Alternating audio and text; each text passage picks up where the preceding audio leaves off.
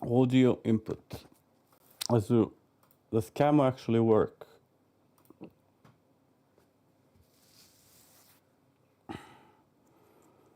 Or do I use the camera? Audio input. Also, does camera actually work? Am I still on camera? Or do I use the camera? Audio input. Also, does camera actually work? Am I still on camera?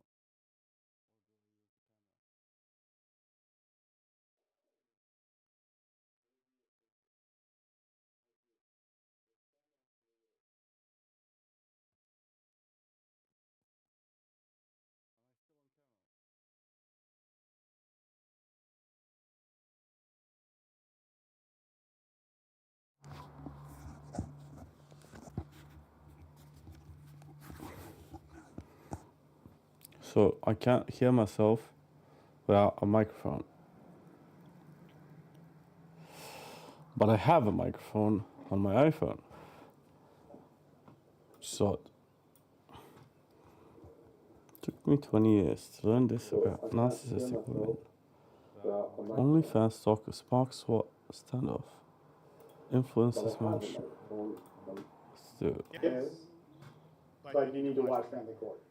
Okay, so show me one thing that is free that can save you thousands instantly. And you would do it, right? But somehow people are really resistant to it, and then you get mad that I say that's one of the main things.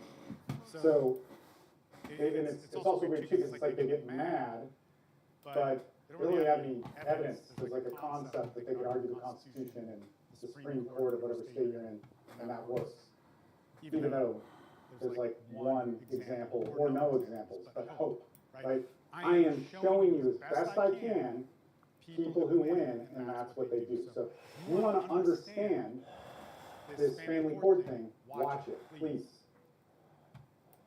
So most men, when they hear all this stuff, they ignore the advice. And this happens, it's really frustrating. They come on the free calls. This is not the guys in the paid group. Somehow there's like a different sacrifice that comes up. Frightening break-in involving an OnlyFans model caught on camera when an accused stalker shows up in a southern mansion uninvited. And it's not just anyone's mansion he breaks into. No, it belongs to an OnlyFans star with more than 8 million followers. Most celebrities visit the stalker. If it's ordered, when it's ordered, no way. This is scandal. I want to hear a lesson.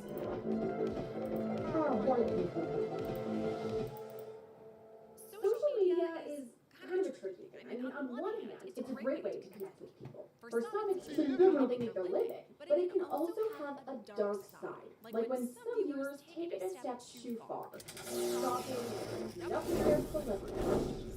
And this is one such story. You look at a stalker.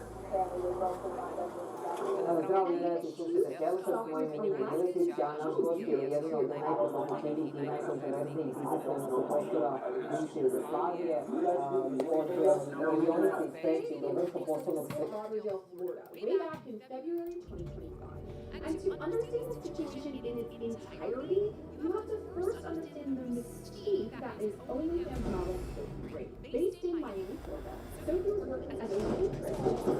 If you ever wonder when the robots are actually coming, I have news for you. They are already here. I watched one of them that weighs roughly what I do accidentally pick a phone out of the hand of a fellow creator during a dance demo.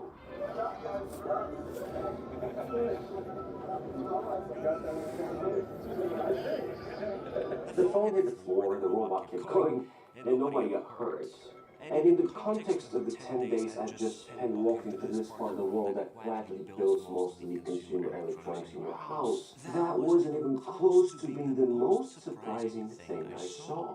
You see, for years, I've been watching this part of the world from the outside, mostly through other people's videos and through the products that eventually show up in our stores. I knew the gap between what they're building and what we get to use was widening. I just never had a clear sense of how wide. I just got back from 10 days across Macau and Shenzhen. The gap is wider than I expected. And one of the proofs of that is my desk right now. A phone I bought during the trip that I can't buy where I live. I landed in Macau via Hong Kong, though the only Hong Kong I saw was inside of the airport. And honestly, the first thing I saw wasn't the future. It was Vegas, the Parisian, the Venetian Longyear, replica Big Ben, across from replica Eiffel Tower, across from replica entire canals and boulevards. We are currently in Venice. There's even a canal. I got lost the first night just trying to walk between hotels. And the resort district here is connected by bridges over the highway, and you can switch from one casino to another without stepping outside or even realizing you've changed buildings. In 2025, Macau's casinos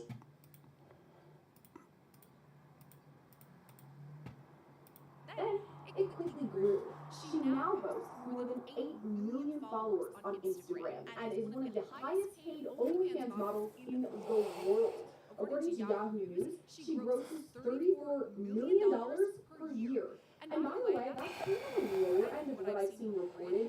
Some say she makes upwards of $4 million a month as an OnlyFans creator. And back in February 2025, Sophie was renting out a luxurious Airbnb mansion in Fort Lauderdale, Florida with some friends when a distressing 911 call came in. 911, what is the address of the emergency? We need police. Someone broke into a rental that we are staying at. Some of our friends that are already at the rental saw a man that we do not know and the host does not know there. And he is in the house. And the glass is broken in the back door. He broke into the house. So we have 3 people outside that are part of our group. But the bald man is in the house that broke into the house. He's still in the house. And he's claiming that he bought the house, which is untrue. And he clearly broke into it.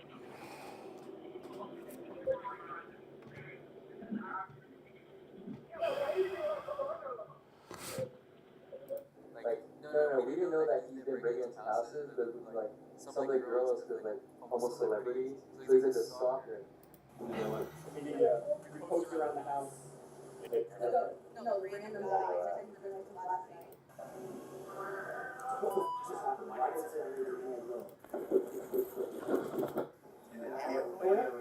Back up a little bit. Go ahead.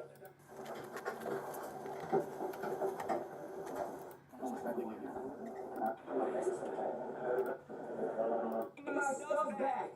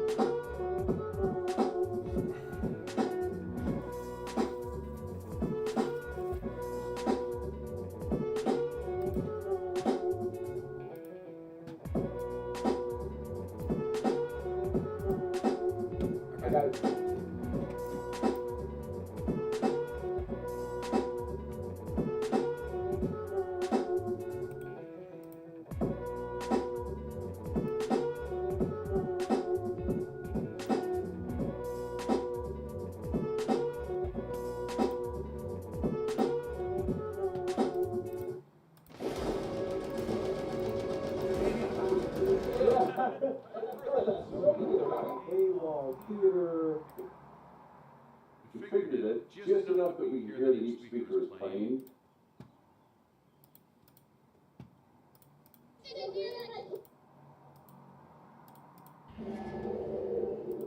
Wrap around and cut.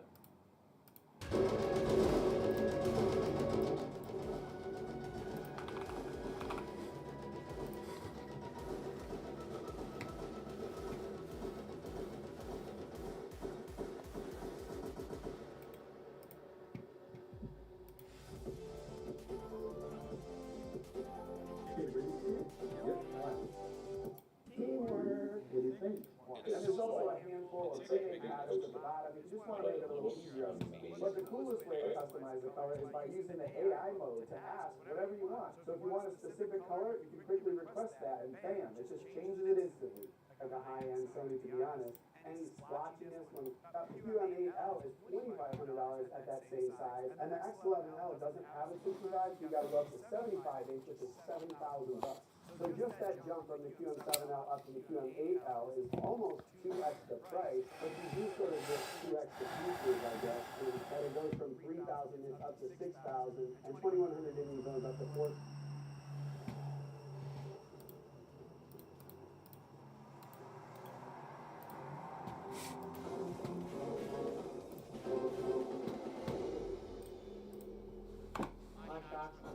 Co-founder of KandicTV, a family travel gear company. I'm seeking a $350,000 investment for 10% equity.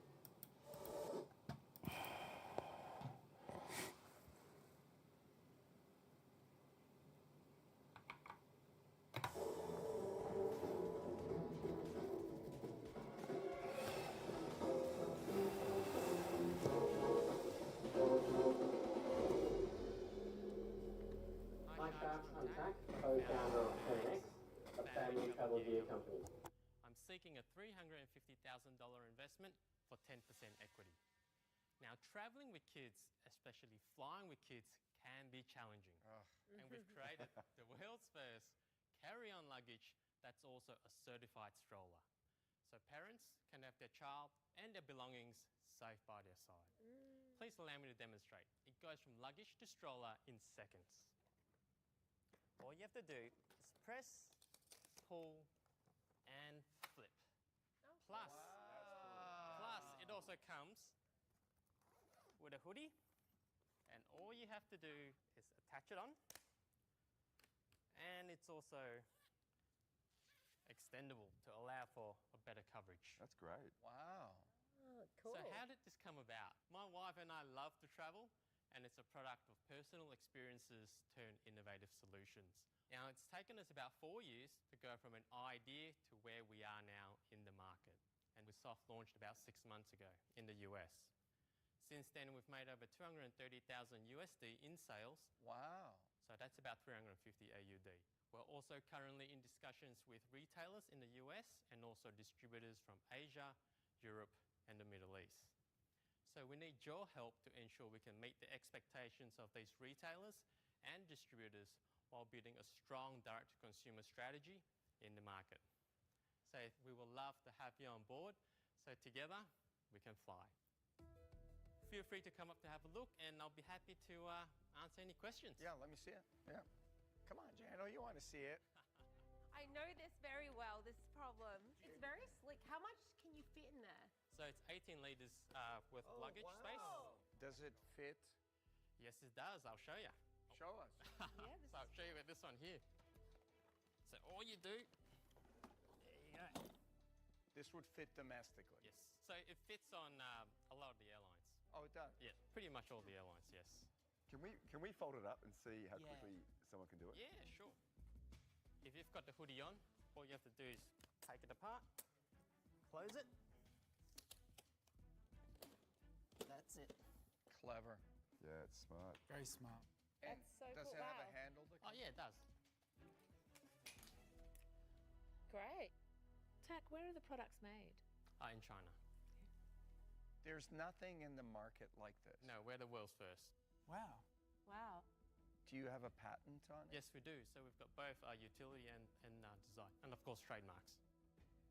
Tak, you never told us what it costs. Oh yes, so it retails for $699. How much? $699 USD. 600. Yes. I thought you were going to say 69.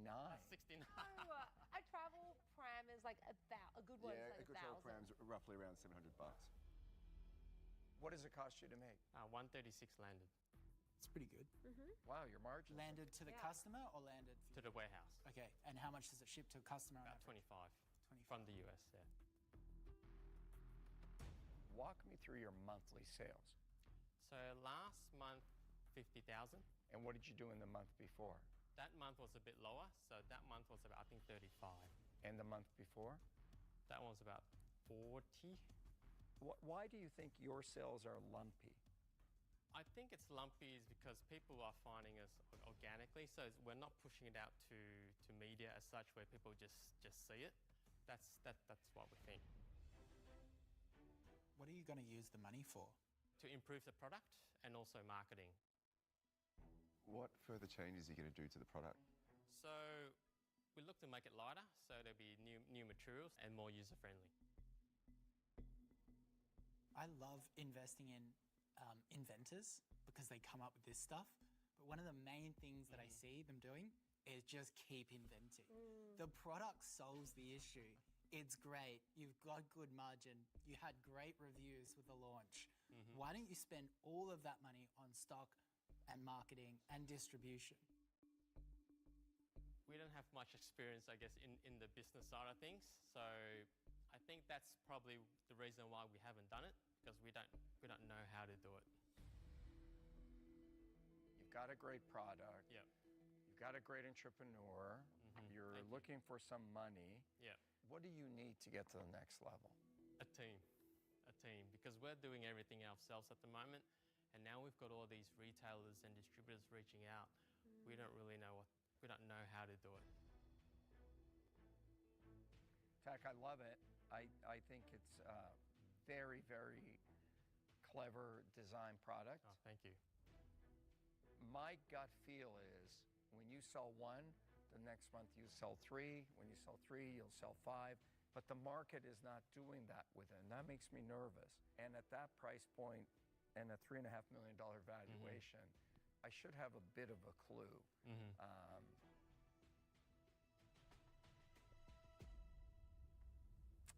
I'm out. Thank you. Tak, I'm not sure if 350 is enough to build a team and also do the marketing that is quite evident that you need to do as well. That, alongside the valuation, is causing me to say, I'm out. Sure, no worries. Thank you. With both Robert Herjavec and Maxine Horn jumping out of this deal, will Tak's unique travel pram soar to new heights with an offer from another shark? The sales, like Robert said, I feel like there isn't that momentum. For that reason, I'm out. Thank you. I'm wrestling with this one. It's tough. Yeah, I like the product. And I think it's got merit, and I think it's got legs. Yeah.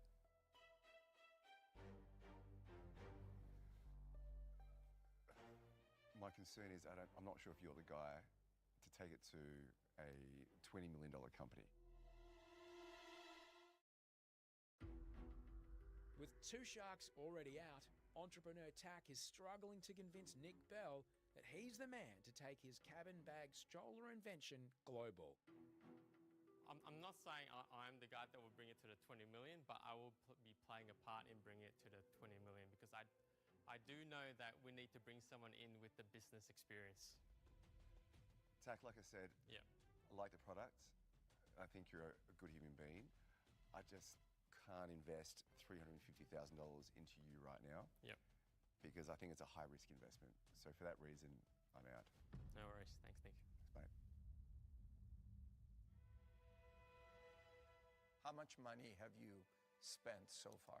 We spent about $700,000. You know, we sat down with my wife and then we go, okay, there's no product like this out there. Are we going to do it or not? We decided to back ourselves and we go, we're going to go for it.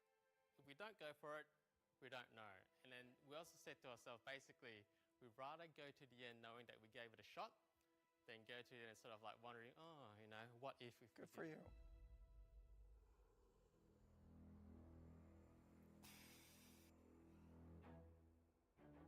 There's so much risk in this tag. I've done some very early stage investing with great products like this, and I've seen them just fall off a cliff before. And digital just didn't work for them.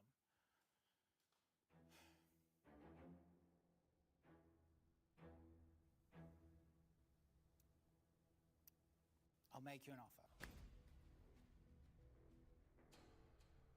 But it is sharky because of the risk. Yep. I am basing this off revenue, obviously, that hasn't happened. I'm taking you for your word for it about how much you're going to make over the next 12 months. I'll give you the 350,000, but I want to be 33.3%. Can I make a counter? You can, but I won't accept it. Okay. Because I know how hard this is going to be. Yeah. What's your counter, Tag? 20%. I won't accept it.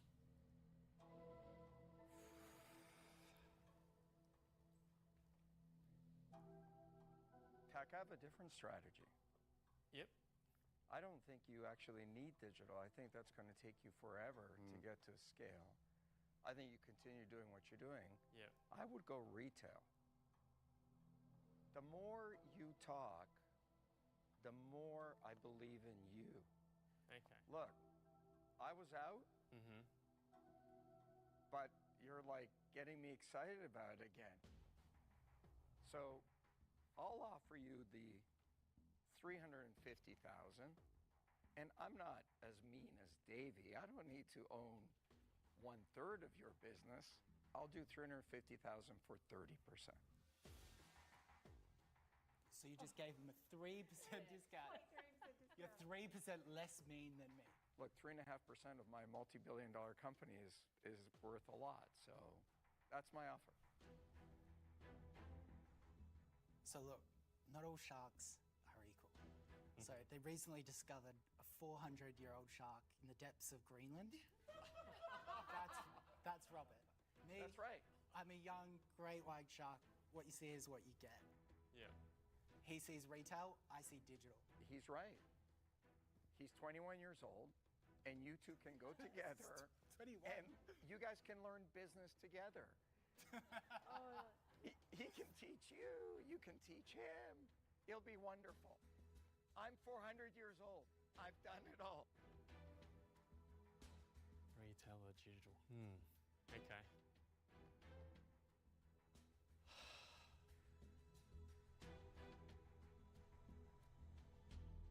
Thank you, Davey, for your offer, but I think I will accept your offer, Rob.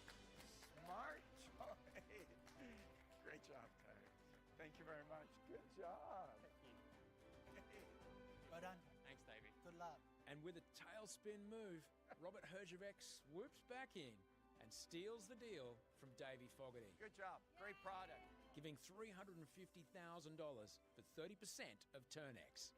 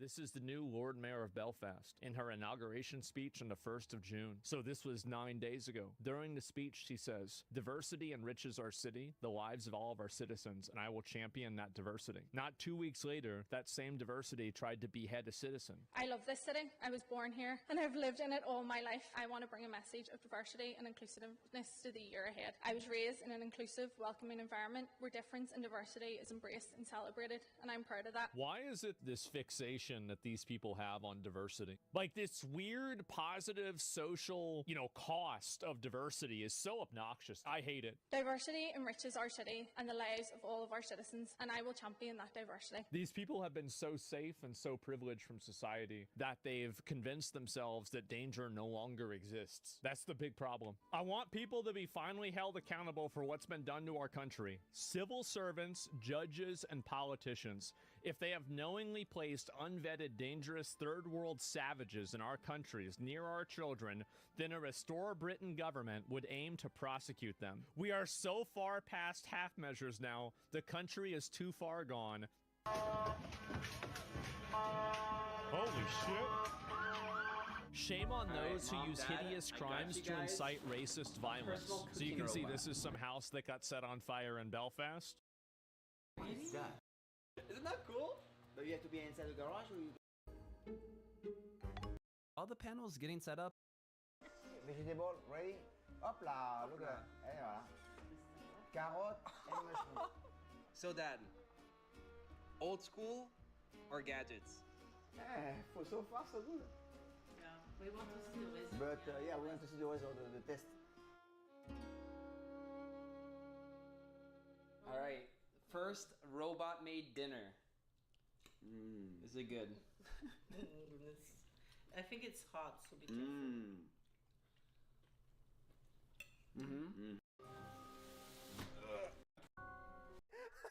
Oh, me. First thing I want to do.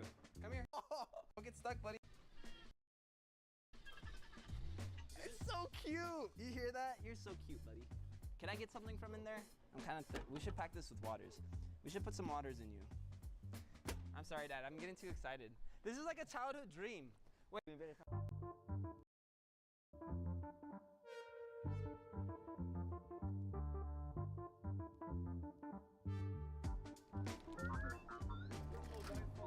Yeah. See, I don't need the gut. That's my robot. See? Oh, that is cool. That's crazy, bro. I've never...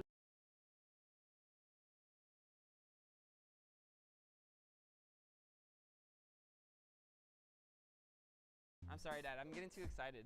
This is like a childhood dream. Wait, so if I like run, is it gonna follow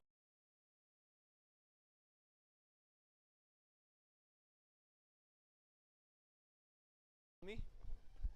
Oh yeah. That thing's going fast. It's doing very fast. Wait, you lost me.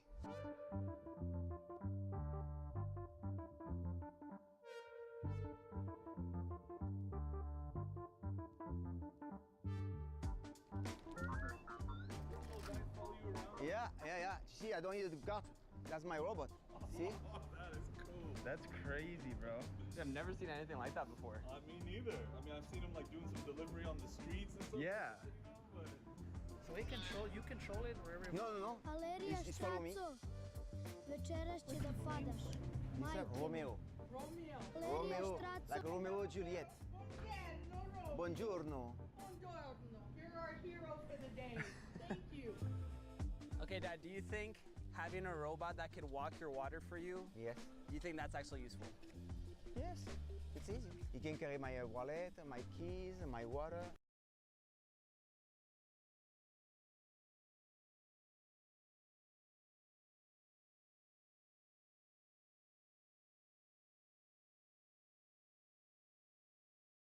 This is Romeo. Romeo, like Romeo. My water, you, my keys, my water. So you think this is helpful? Yeah, he helps. Let's go. Come on, Romeo. Come on. No, he's tired. See, it doesn't work. Let's go. It's not super heavy. How useful is it for you? No, really. At home, you cannot use it. Yeah.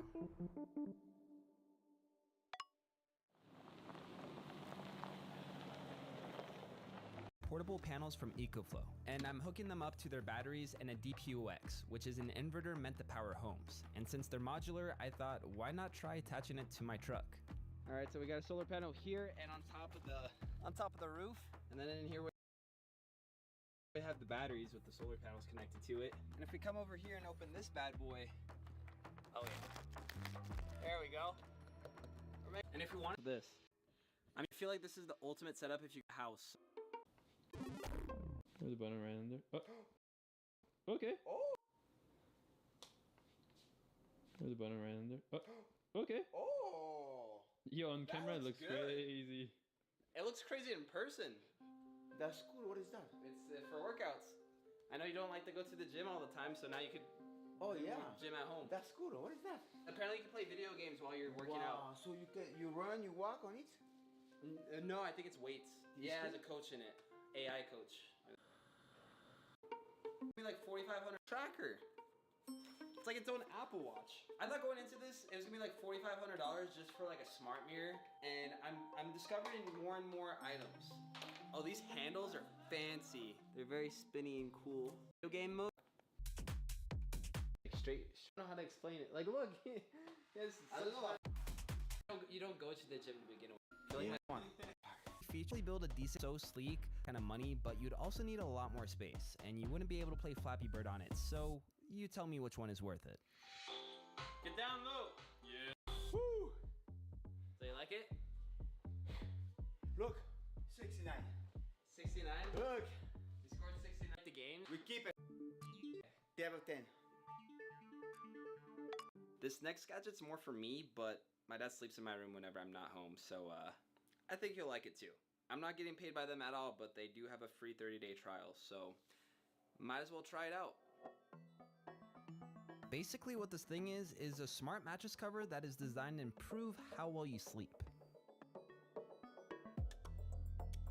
Now, besides being amazing for watching TV, the main feature here is the temperature control.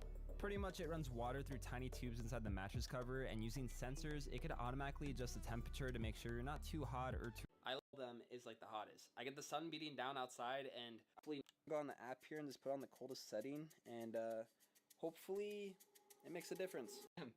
That's actually cold. That's like a whole 7 degrees cooler. It's perfect for the TV lift I have underneath the bed. Underneath the mattress. Let's test it out. This is gonna make for one heck of a bed.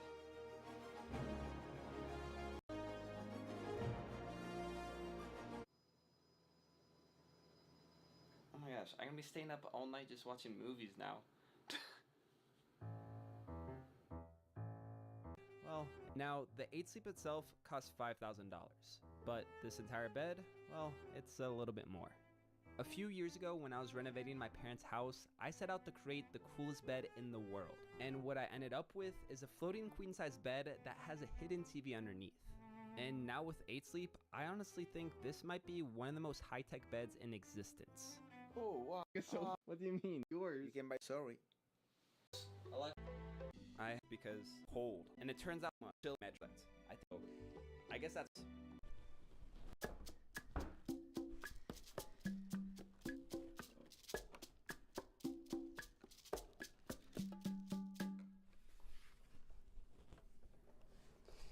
Thank God there's rollers on this thing. Alright, so Mom, Dad, I know you guys were a little freaked out about what we're installing here. Yeah. I have no idea, honestly, I don't know. You don't know? It's a robot. Pretty much this company called EcoFlow, they make a whole entire home battery backup system. So if there's ever like a storm or something and there was like a giant outage, it would power the house. So that's great. That's good. And so you might be wondering like, oh, where does the electricity come from? Yeah. Well, there's a few ways it can make electricity. So, I don't know where you remember where the fuses are at? Yeah, it was outside. It's on the back? So the electricians actually removed everything and they put it in the front here. Oh, okay, good. Yeah, so we have everything from like the AC, fridge, all that stuff. But, what's really cool about this is a gadget too. Okay. This is a smart home panel. So if you go on the app, and you can see every single room and how much electricity you used. Oh. So you always give me shit for how much, like leaving the lights on and stuff in my room. That's cool. So, but now I could show you exactly how many watts I'm using. Oh. But so what's really cool about this whole system, you could set up a smart schedule. So whenever you're not, you don't use like your rooms, you could have the switch power off. So you know you're not using like the TV's on, the lights are on or something. Okay. So that's like, it's called standby waste. Okay. But over here, it's all about this whole. Now I could show you exactly how many watts I'm using. Oh. You're not, but that is a TOU. Flat flow. Ideally, you'd be batteries when the electricity is cheap, and then use them to power the house when the electricity. You're gonna be saving. It's 1,000. Boom, boom. How much is that? You're saving. It's 1,000 right there. Yeah, you're saving 40%. Are you sure? You're saving 40% on your electricity. In 1 year? Yeah. $1,000 a year. Are you guys happy? Yeah. What do you guys think of the gadget? It's very nice. The gadget. I love it. So another thing, since this could cover us for a blackout, Yes. you want to test it out? You want to power the whole house with it? Okay. Don't Let's make try it. everything go. Don't make all the power to that. Normally? Normally. Hop. Hey. We have power. Hello. It works. It works. Improve my parents' life.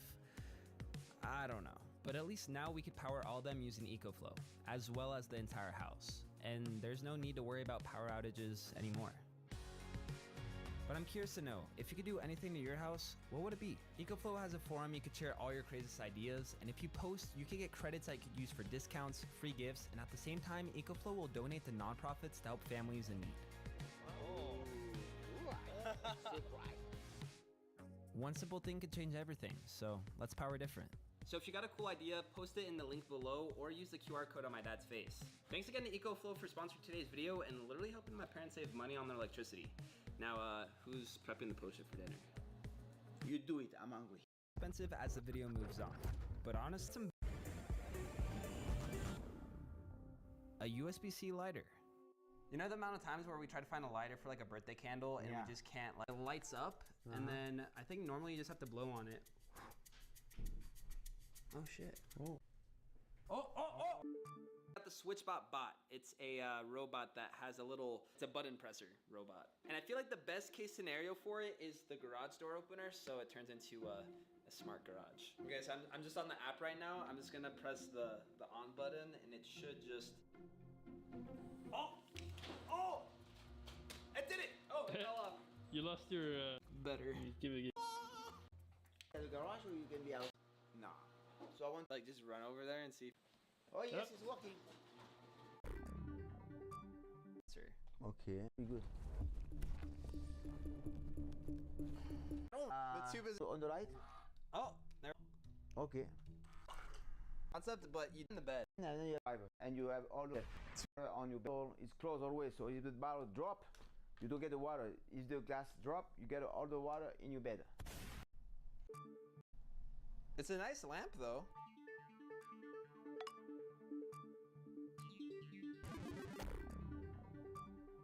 Okay, Dad, for this next item, I found a self-changing trash can. Oh, that will be good for me.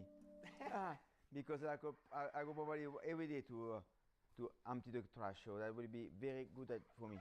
Yeah, so it's a smart trash can that apparently self-seals, and I think it knows when it's full. Okay. Like it seals itself when it's full. Okay. I don't know if this fits in, but I guess we can try. Yeah, perfect.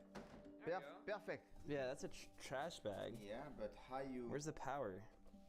What's the instructions say? Read the How about this one? You have to take off this one. Oh, wait, there's another button here, I think. No. How does this... Oh. What is this? You have to put a battery. Oh, there's a suction vacuum. Oh, look at that!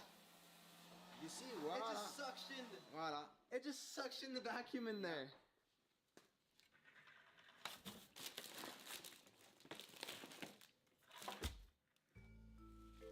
Press the button. That opens it. What if I hold it? I don't understand. Oh! You hear that? Yeah. Did it do something? Hello? Oh. Hello? No, I think we filled it too much. Oh, no, it's cutting it. Oh, it's heating it. Look. You see that? Oh, yeah. It's making it hot. Okay, so pick it up now. And that's it. That's cool. Correction. Cool but useless. Oh my god, it would be so much faster just to change it ourselves. Yeah. I think the idea is impressive, but it just takes like 5 times as long as a normal trash bin would. We even tried to use it a second time, and then it just wouldn't even work. This is a ChatGPT powered robot that you should be able to ask anything. Look at that. Uh-huh. Is it scanning your face right now? Yes, looks that. Oh, yes, look at that. Okay, Louis, so you're gonna be my dad's new assistant. If he has any questions, please answer. What are you doing? Is there like, it's reading my hand. What's it doing? I'm so confused right now. Can you please answer the question my dad has? Hello. Where are you going? He literally doesn't want to be here right now. He's literally trying to fall off the desk. That you would want to ask like that. You're always Right. First, is it the bulb? The curious light outside. Right. I poke around with.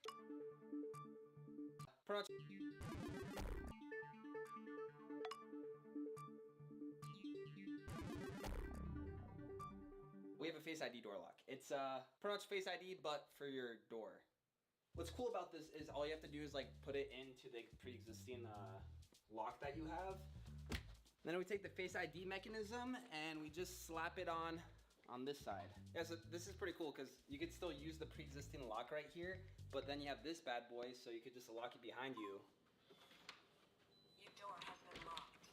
And it's locked. Assuming I just get back home, I just walk up to the door and the face scanner should ideally just see my face. And it opens. It's like a bit too technical, but what's special, still the same, the house and coming back. It works. That thing is, this is the, yeah. Hey.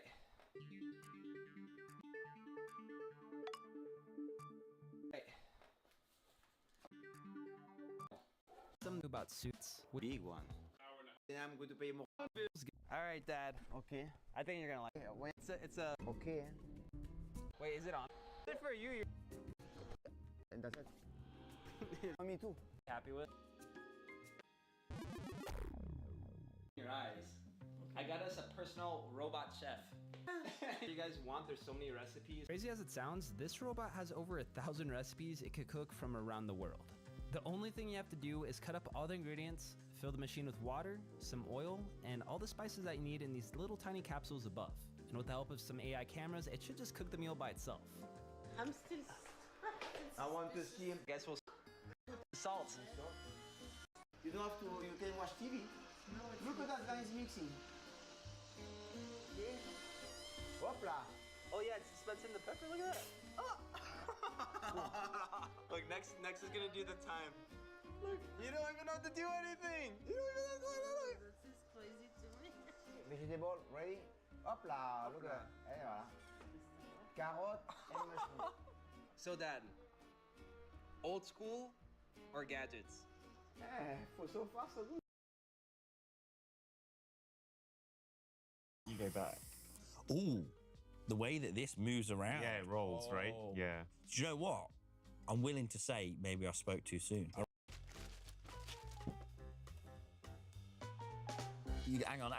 Hang on, because you're going to get Cheeto-y fingers all over this keyboard, aren't you? So let's just think before you open those. All right, Mum, you do it. You sound like someone who's been burned before. This is our battle station. Do I look cool now? Yeah. Oh, thank you. A couple of fun products I've been ready to buy for my gamer setup. It's my pizza order.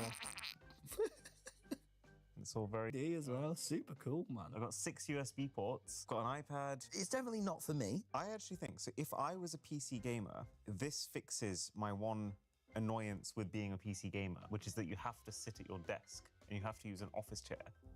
What you did by neighbor. I saw you shoot that Minecraft. It's actually pretty cool though, because the opera forward. Where can I find this little scroll? Do you want this? No. This is a tiny portable projector. God, no way. This is a tiny portable projector. Oh my God, no way. Yeah. You ever seen those triple folding phones? It's kind of like that. It's actually mad in person how tiny it is. Oh my gosh. You impressed? Yeah, very. It's adapting pretty responsibly. Our house. Oh my. Right, have a let's just date. Oh yeah, let's just play Smash on the ceiling. I could just lie in bed like this. Wow.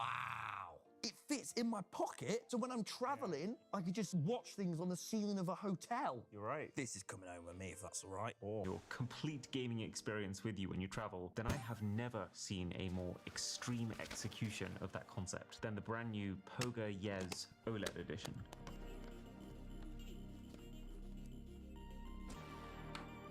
So this is a portable PlayStation 5 Pro. Oh, wow. High res. So that's a Quad HD OLED screen. Look at my fingers, though. Look how quick I'm going. Oh, well, it's incredible. You're doing no damage. So this has got the sound system in as well. Yeah, it sounds very esports. Again, I bought this for an hour. I long. Okay. So there's no regret. HDMI lead in your bag. Switch cartridges. That was nasty. You put a gun to my head, and everyone's just comfortable with this. Switch cartridges. Money can buy, including and whisper. Oh, really? That's from years ago, isn't it? Oh! Let's keep that somewhere around as well. I don't want that gamer goo. That's from years ago. When you're gaming online on your console, have you ever been recognized just from the lobby? Yeah, sometimes, dude. Yeah. Oh, actually? It can be awkward, yeah. So what do? Stop swearing. So another option. Yeah. Oh my god. It changes your voice. Hello. And then... Testing. That's what you sound like. Yes. I know. Pick a voice. Villager. I think that... Shall we look at... Like, that is not... Oh, Tommy, you're cute. How are you, Aaron? So... I don't want to keep this. Ask? You can have it going up. Yes, look. Me. Why? $60 wanting transfer the... Like... Is not to keep... Since he loves the 3DS so much, there's actually another dimension.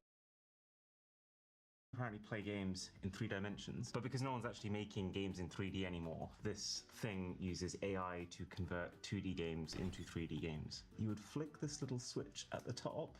Whoa! Oh. 3D games. You would flick this little switch at the top. Listen to have a mic. Oh, track. Like a track. This is cool. The you're like I in 3D. It could. It doesn't feel. Yeah. That's insane. That's not right, is it? It's just like holding the bottom of a baseball bat. AI 3D mode. Does it work? Yeah, I mean, a bit. Thing is, I was there, so like I don't need to. That no one asked for. Yeah.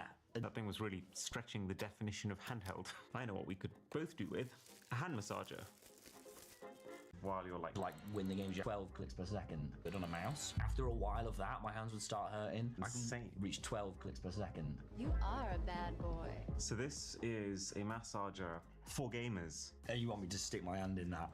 Everything in my instinct says, like, when you come to this man's big mansion and he says, stick your hand in this. Clamp down, it's tight. You have cold or not feel like really tight on your arm. And it's hard. No, it's not. That's nice. Like, especially on the back. Almost like Wait, it's well, think of that.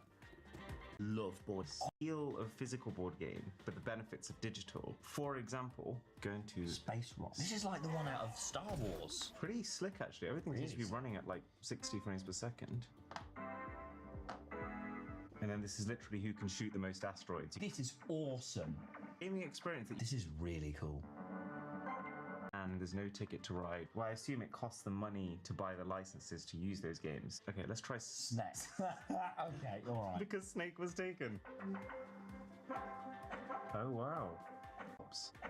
No. You $400. Oh.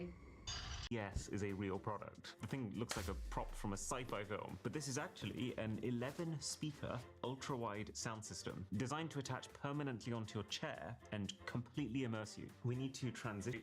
It does look like that, doesn't it? This is like bloody what Darth Vader sits in. Dark system. So it's kind of like wearing really big headphones. No. How does the sound feel? Incredibly. Oh. I'm just plowing into civilians. Ah, they looked at me really weird. They were looking the other way. It's the gamer goo, man. It's in my lungs. This is really annoying because there's just screams all around me. Like, this is actually horror. This is like a nightmare. Let's say this was an online game and you were like listening to like footsteps. Do you feel like you can hear anything new? I would realistically probably just use headphones or speakers. Ooh. It's great, right? Yeah, I see what you mean. Hey, Schuster one, hear the screams all around. It's actually a nightmare. Yeah. Isn't that unnerving? So if I run in front of these people, you can actually hear their voices move from there Worst game. So I just said this is horrible. I'd say it's not like the highest fidelity audio I've ever heard. I don't know how much you pay attention to that. I didn't. I wouldn't even know how to notice the fidelity. It's cool. It's a good thing. But it's a bit much. It's going to be a no from me. It's a no from you, yeah. It is wicked, but yeah. But what if you actually wanted to leave your new high-tech gamer pod? Well, this MCON OSnap is probably the most advanced smartphone controller that I've ever laid eyes on. So it's got MagSafe, which means you snap your phone on like that. Then ejects with a lot of force. Okay, let's try that again. Then handles fold out. What do we think? I don't love it. Just feel a bit silly gaming phone. So phone games are not for you. These are actually really nice joysticks. If you were a phone gamer, I'm sure you could love that. But like, if you're a phone gamer, you've got bigger problems on your plate. Wow, that's rich. If you were to assess like as a controller, so forgetting the mobile side of things, do you think it's a good controller? It's pretty nice, and these are really nice. Nice little. Oh, the triggers! I haven't even got to the triggers. Yeah, they do feel good. They're really, really nice triggers and bumpers. It does do one thing though that I haven't showed you. You can also detach. That's a kickstand, and then you carry on playing wirelessly. Oh, that's pretty cool. I'm actually a big fan of that controller. I think that's wicked for the size it takes up, but not for you. No, you can keep it. Right, I think it's time we move this party to the sofa with the gaming pillow. No, it's not for your head, we're gamers. It's actually for your handheld console of choice. Right, gamer pillow, bring it a bit closer. It looked like an old person. Yeah, this is uncomfortable. Wait, let's try. Oh, the pillow feels amazing. Wow. Can you smack me with this? I don't think I'm just like being paid enough for that. I'm not being paid at all. It's good. Sorry, so when did you last leave the house? This curious, like, how directional does the sound? Yeah. Across it didn't do well in SNES. Whoa. Yeah, this actually big headphone nightmare. I'd say detach. That's a kickstand, and then you carry on playing wirelessly. Oh, that's pretty cool. I'm actually a big fan of that controller. I think that's wicked for the size it takes up, but not for you. No, you can keep it. Right, I think it's time we move this party to the sofa with the gaming pillow. No, it's not for your head, we're gamers. It's actually for your handheld console of choice. Right, gamer pillow, bring it a bit closer. It looked like an old person. Yeah, this is uncomfortable. Wait, let's try. Oh, the pillow feels amazing. Wow. Can you smack me with this? I don't think I'm just like being paid enough for that. I'm not being paid at all. It's good. Sorry, so when did you last leave the house? This is also a MagSafe mount for your phone. It's kind of maneuverable. Oh, is that nice? Yeah, this is good. Hang on, let me. So you go back. Ooh, the way that this moves around. Yeah, it rolls, right? Yeah. Do you know what? I'm willing to say maybe I spoke too soon. I rate it. You rate it, but you don't want it. But it's a bit like a burrito. Do you know what I mean? It's like it's not a first date kind of food. Luckily, full on comes in. This is our battle station. I thought you were good at games. No. Oh.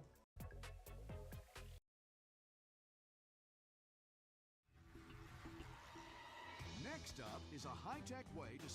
You go back. Ooh, the way that... This is a pretty high-end $80 power bank from Anker, but this is a $1,000 luxury power bank from French fashion house Hermes. So, Anker can go into this phone, Hermes can go into this phone, and let's see which one has more charge in 20 minutes. When most people buy power banks, they think of Anker. When most people buy earphones, they think of AirPods. When most people buy smartwatches, they think of Fitbit. But this video is not about most people. This is tech designed for the uber rich, going all the way up to a, no joke, $139,000 set of headphones that I'm a little scared to even touch. Now, I would guess that a lunchbox isn't what you'd normally associate with luxury. You kind of imagine Jeff Bezos has his meal hunted fresh in front of him when he hits his lunch break. But if you were to use one, it would be the $300 Steambox. Because this steams your food when you're ready to eat. So I started the steaming 20 minutes ago. You just empty this water container into the heating base and then control it using the app on your phone.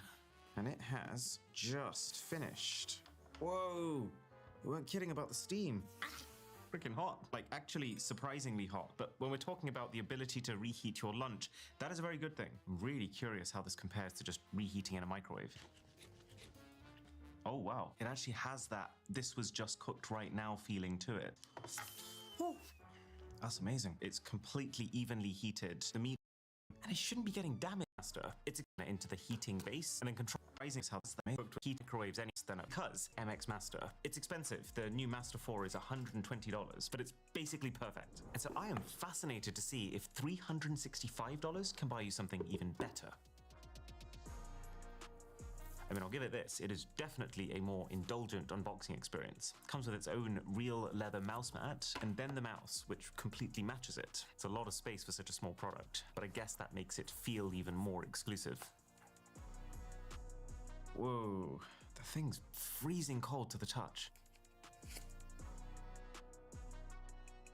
Which is thanks to its gold tone plated solid aluminium. Is that just like the most elaborate way of saying it's not actually gold? Send it back. I do really like the way it looks though. This is full grain French calf leather on top. I feel like there's a direct correlation between how much you're being charged for something and how many words are used to describe its leather. It's actually a little bit strange to hold. The mouse is completely symmetrical, which is good in the sense that you can use it with your left hand or your right hand, doesn't matter. But kind of makes it a little awkward to use with both for me. You go back. Ooh, the way that this moves around. Yeah, it rolls, right? Yeah. Do you know what? Shall we look at some tech? Do you like that? Is that You go back. Ooh. I do really like the way it looks though. This is full grain folder that doesn't have all else. This is a different $99 one from Amazon. I mean, this cheap one is bigger, it's less scratchy, and it also doesn't rock. Absolutely amazing. Does it make it a better mouse? No, this is the logical choice. Now, calling lunch in our executive office with our $759 Novium Hover Pen Future. Good to see that at the very least they provide the ink. And then this is the pen itself. So there's a couple of unique things about this guy. The first is that it's convertible. So this is the fountain nib. Let's open up my dream journal. You do have to clutch it a little harder than I'd like because it's really heavy at the back. And it's kind of smooth, but not completely. There is still some drag against the paper. But then I can also swap the fountain nib for the rollable. Ooh, I think I like this better. It's smoother than the fountain. But then again, that's a bit of a weird one because a lot of money at all. Pen goes, not that impressed so far. But then you've got the maglev pedestal. So your pen goes into the middle there, and then it just holds. Can I spin it? Wow, that's really cool. I've messed around with quite a few levitation devices in the past, and they're always extremely finicky. This, surprisingly, isn't. It has quite a large sweet spot and it's fairly stable. Oh, I also like the fact that this is not an electromagnet, so it doesn't need any power at all to keep holding your pen like this. That is actually scratching up the base, is making tea, but I tip on diabolical. $900 Nike Hyper Boots should actually do something to back up that diabolical price tag. Now, to my slight disappointment, that thing is not fly around the city saving humanity like Astro Boy, but they do apply compression and heat to aid your foot recovery. Oh, these are also really comfy. They feel like a glove, but then also really squeaky too. Kind of sounds like they're washing. And in theory, I can just be standing around, going about my day while that's happening. Whoa. Okay, a couple of very immediate thoughts. It's a lot louder than I was expecting, but it's also a lot more powerful than I was expecting. I had this idea in my mind that it would be like going to a foot spa, but my feet are getting crushed in a good way. And it is boiling hot. My skin feels right on the periphery of getting singed. I feel like 15 minutes of this a day is going to burn them back into place. I love the fact that luxury here is actually buying me convenience. The fact that you could just be walking or cooking or working and having that recovery is amazing. I would actually use this around the house instead of a pair of sliders. Maybe turn through 30 of the top-rated backpacks at this point, trying to find the perfect ones to recommend in my EDC videos. But value has always been a key factor there. So it'll be interesting to see what a bag that doesn't have that limitation looks like. I would like to make a statement. I'm in love with this bag. It feels so phenomenally premium to like touch, to squish. Like these shoulder straps, they feel gel in leather. So This is not a big bag. It's actually that this bag that has an extra allows you to pack it fully like a suitcase. It actually comes with a packing cube that has an extra zip that you close to tighten it. So you can viably pack. It really thought about how it fits together. Like there's actually a designated Velcro section on the bottom of this bag that these just attach onto. I can't think of a single box that it doesn't tick. You can still fit a 16-inch laptop in the bag. You can stick your passport in the secret compartment over here. You can put your sunglasses for easy access here, and the felt inside will clean them if anything. It's got an elasticated suitcase pass-through flap, so you don't even need to carry it when you're going through an airport. The function is already premium priced, so I wouldn't call this grams 28 bag good value, but is this a way for someone who wants to spend a lot more to be able to use that money to get something that is even better? Something that silhouette the pen. This brand new digital paper by Montblanc has a lot to prove. This packaging design is so sick. And then on the inside is the pen, and then the paper itself.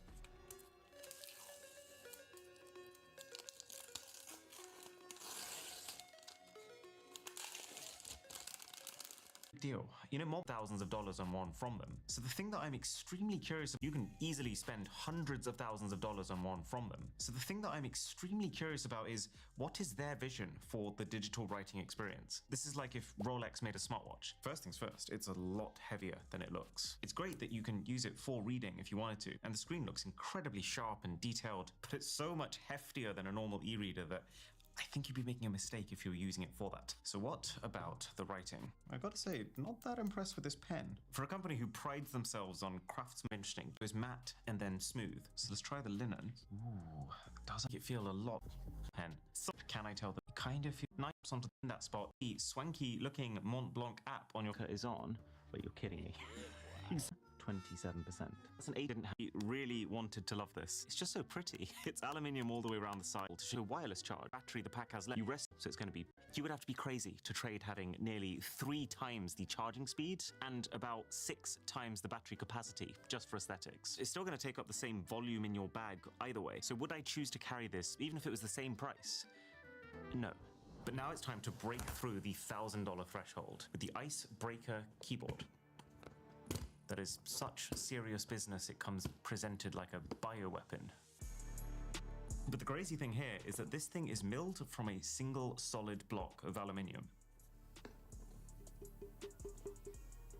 So as expected, the weight of the thing is immense. Like of pricing where the keyboard now mine just lets you do the very basic volume up and down. The heat feeds through. I don't like it. The slant is too steep for me. It feels like a straw. It's quite and $199 grey alter ego case. Little concerning that the insert is upside down. It's a small thing, but it's an indication of a lack of attention to detail.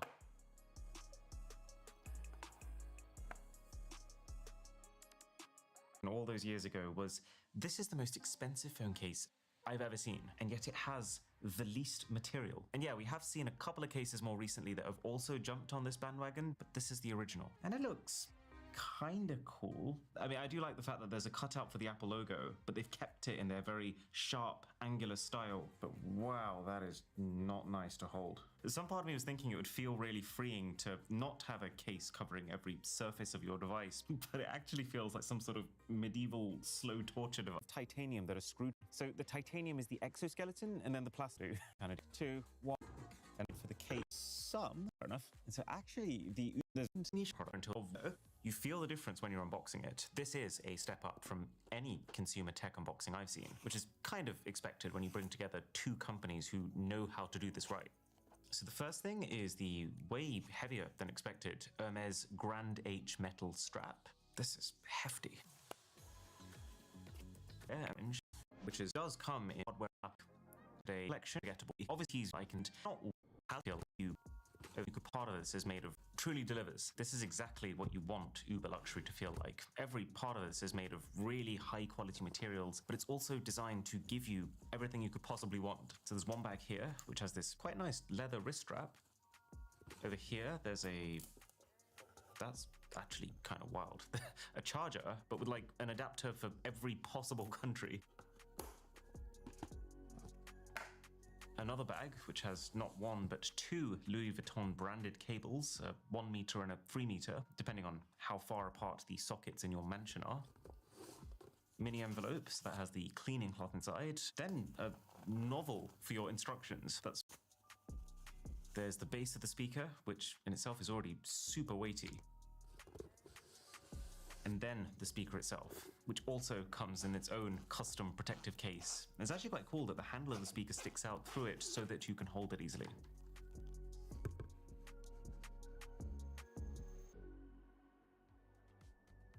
I gotta say, when I got a car and light up speaker, I was kind of getting the vibe of those kids' shoes that come with a little toy car inside the sole. But thankfully that sentiment disappears pretty quickly. It's quite clear that this is at least trying to be a proper piece of tech. It's got an app, which is quite simple but very premium, where you can pick a gradient or an animation to display on all the lights around the thing. It changes the color reels. It's silver with what can only be.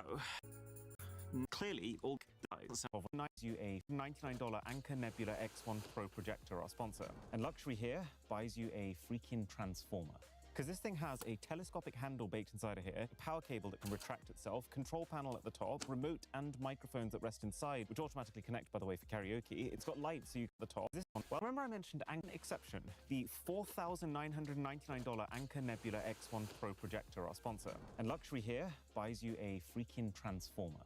Because this thing has a telescopic handle baked inside of here, a power cable that can retract itself, control panel at the top, remote and microphones that rest inside, which automatically connect, by the way, for karaoke. It's got lights so you can find your way around in the dark. But then you press one button here, and two speakers flank out from the sides. There's two more speakers inside of here, and each one is charged by the machine itself. You can take them out, they've got their own legs baked in, and they connect instantly for 7.1.4 surround sound, Dolby Atmos, and 400 watts of power. Sorry, Louis. Why are we still here? And then the projector itself. It's 4K, it's 3,500 lumens of brightness. It can fill a 200-inch screen. But the thing that I really rate about it is the fact that you don't even need to move the thing. It's got a gimbal, so you can pan it up and down from one spot. It focuses by itself, it corrects for its own angle, and the thing is currently $2,000 off with the Kickstarter early bird offer in the description. The time has come to unbox what can only be described as the big daddy of this video, and maybe my whole life.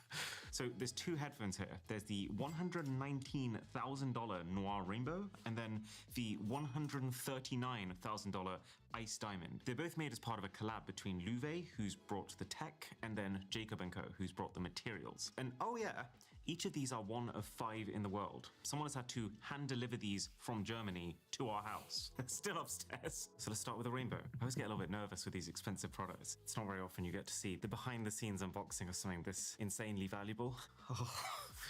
They actually put cleaning cloths over every surface of the internal box. The production cost for the packaging of these headphones is 1,500 euros. It's so slippy. Okay. Sleep in that. So there's the main compartment and then there's a drawer underneath. Oh my god, that's leather. Yeah. You can smell that. It's not one of those things everyone likes, but I love it. Oh, and also at the bottom you've got 2 different cables. Both look gold plated to me. Oh, I wasn't really sure what to expect. You know, we've seen a lot of products already that are fancy materials, but they don't feel as nice. This ain't one of them. That is like uber plush. Then inside the case, wait, more gloves. Did we buy these for no reason? Well, there's $6 on Amazon I'm never getting back. Another cleaning cloth.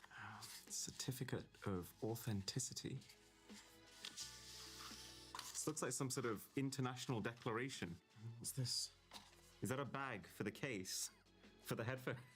These guys in their packaging. All right, let's get to business. The Noir Rainbow headphones. Oh my god.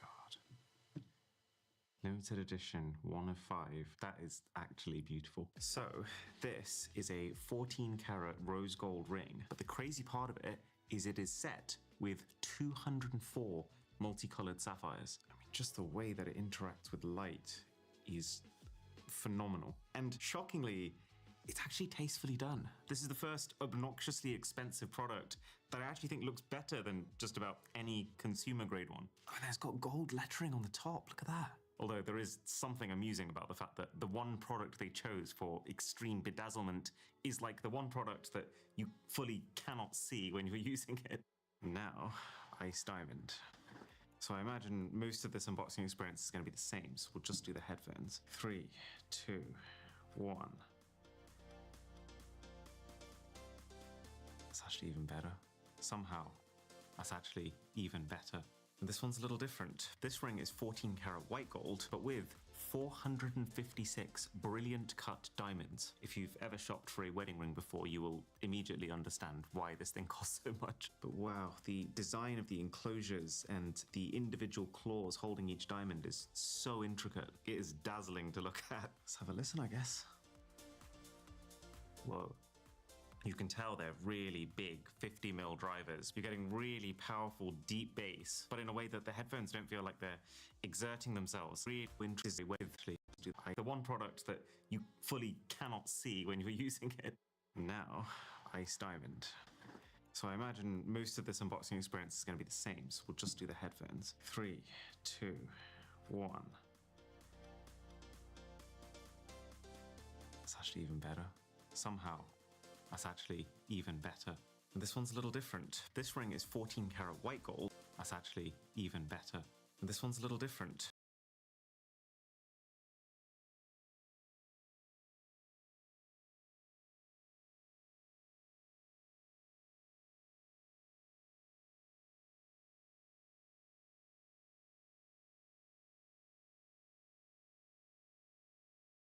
This ring is 14 karat white gold, but with 456 brilliant cut diamonds. If you've ever shopped for a wedding ring before, you will immediately understand why this thing costs so much. But wow, the design of the enclosures and the individual claws holding each diamond is so intricate. It is dazzling to look at. Let's have a listen, I guess.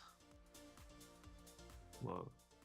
You can tell they're really big 50mm drivers. You're getting really powerful deep bass, but in a way that the headphones don't feel like they're exerting themselves. Noise isolation's crazy too. I can barely hear myself, to be honest. It's also absolutely crazy to me that this is your volume control and this is how you skip tracks. So your dials are basically $70,000 each. This is kind of the life right now. I'm not gonna lie. Honestly, one of the best wireless headphones I've ever listened to. I mean, it's $140,000. That's not a surprise, but it's good to see that it's not sacrificing on the tech just to look pretty. There's something nice about knowing that if you are going to spend uber amounts of money, then at least you are getting the best sound quality too, even if that sound quality might cost $1,000 instead of, well, this. Although, I do feel like I would be absolutely terrified to actually wear these and use these outside the house, or inside the house. As for the Hall of Fame winner for this video, there's a couple of close contenders, but I think it has to be the backpack.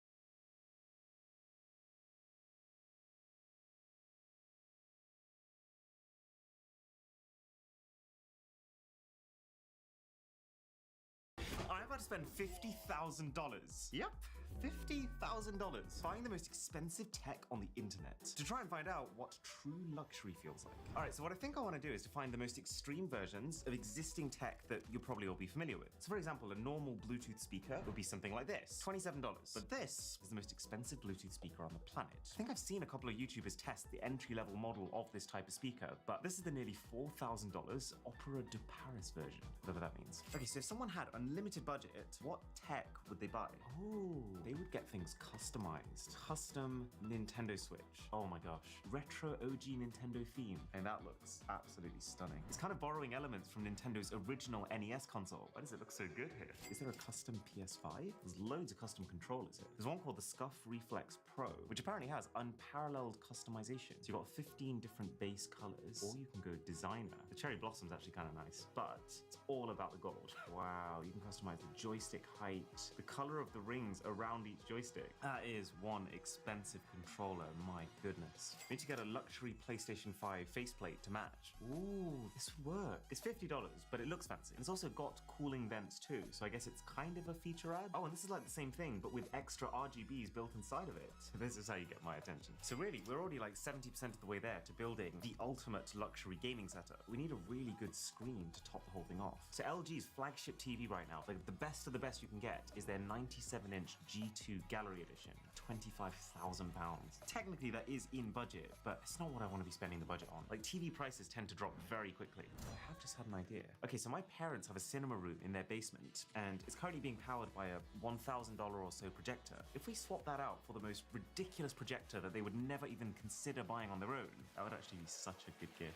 Wow. I mean, at the very, very highest end, projectors are not cheaper than TVs, but you're not constrained to a fixed size. Like, it seems like a lot of these super, super high-end projectors, they can do like 200 inches, no problem. So you've got some for $500, you've got some for like $1,200. I mean, all of the guides point towards this one projector being the one to go for. And that's so like $1,200.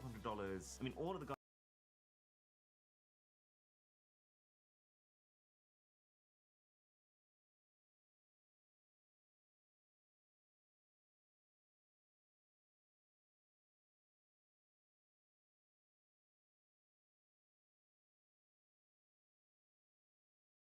guides point towards this one projector being the one to go for. That's so much to spend on one thing. That's literally like buying a car.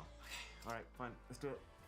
You only get one set of parents. So I'll buy this, I'll set this up in my parents' basement, and I will surprise them with it. That's gonna be insane. Oh, we also need the most expensive chair to sit on. Okay, this is the kind of thing I'm looking for. I want something that doesn't have like a hard skeleton to it that you can just kind of sink into. So what's the highest end version of that we can get? Behold the Squidger. I think we found the one. That really appeals to me. The Squidger is $1,000. I wonder if there's people on Etsy who specifically make like elite level keyboards, because the DIY keyboard scene is actually quite massive, and you can go to the absolute extreme when making a keyboard. A wooden keyboard made for people who love the feel of typing on natural wood.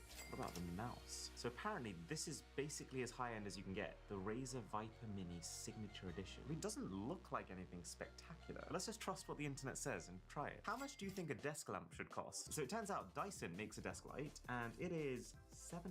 It says it transforms your space. How though? It's a light. We all know there's only one way to find out. Okay, so just putting the setup and stuff aside, what about the general luxury lifestyle? Oh, we could try and find the best phone case. I feel like a lot of luxury accessories will just basically slap 24 karat gold onto it and just call it a treatment. Okay, this is nice. It looks like clothing. What is that?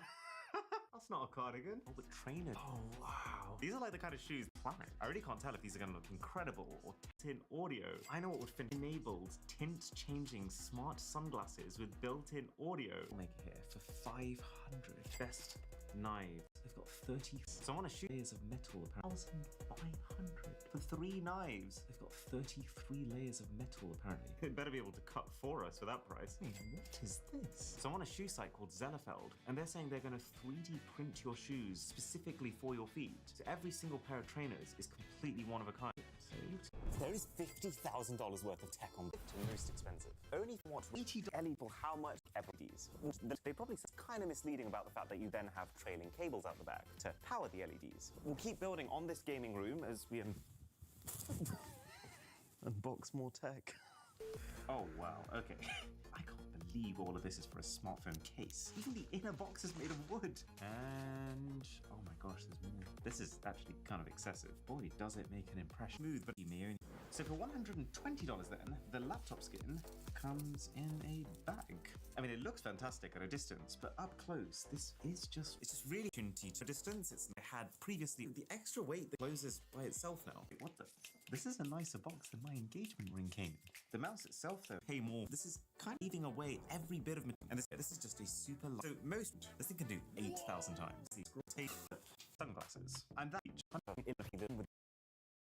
take them off and hold them like this. But the audio is kind of a secondary feature. The main thing these things advertise themselves as is self-tinting. So, is this.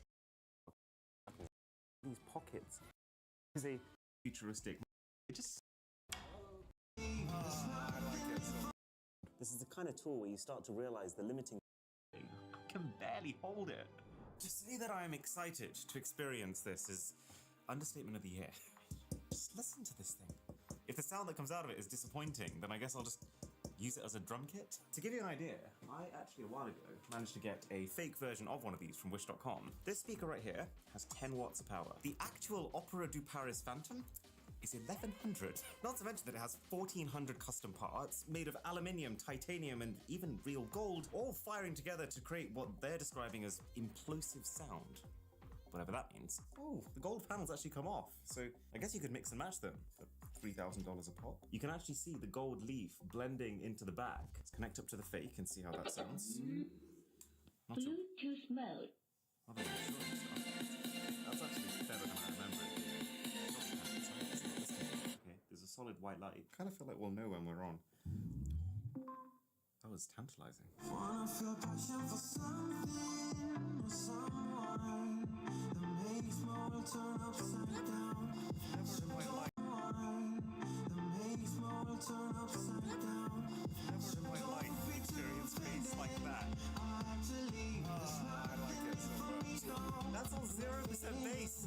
Let's go maximum. This is not a speaker. This is a weapon. Genuinely concerned about the structural integrity of this building. There's a playlist called Ultra Bass Boosted. To quickly blitz clean this place. I've just heard my dad coming through the door. He's upstairs. He's going to be down any minute now. I need to quickly blitz clean this place. So, recently, I've become a bit of a security nerd. I've watched how tons of other YouTubers who've followed all the recommended security steps have still managed to get their accounts completely hacked. There are entire forums on the dark web whose entire purpose is to just buy and sell user data. Everything from addresses to credit card information to passwords. And sometimes they don't even need passwords. A hacker can send you a link via text, and if you so much as click that link, can download a file silently that gives them access to your session ID, which means that they can basically continue to browse the internet as if they were you. But Surfshark VPN can at least make it harder for them. Surfshark sits between you and your internet service provider, scrambling your internet traffic to keep you anonymous. It's not a one-click solution that instantly solves all your security problems. So we had one here to welcome you to TV. It's time to bring him. Dad, so we had one here, but you've probably never seen one like this. It's a monster. It's a 4K to 8K projector, which shoots multiple 4K images next to each other, merges them into an 8K image. That's incredible. It's better than TV. It's better than our TV upstairs. Oh my god, look at that. And it's using an 18-part glass lens for the clarity, which is ridiculous. So, you wanted a cinema room. Now I'm gonna get it out as a proper cinema. Oh, it's too much better. It's okay. You're gonna be sitting there. Yeah, and we got you a nice little chair actually. Try it. It's HD to 4K or? Yeah. All by yourself. Oh my god, does it convert HD to 4K or? Yeah, so it converts HD to 4K, 4K to 8K, and the darker it gets, the better the picture's gonna be. I love how your head's just in the way of the frame. Successful plan.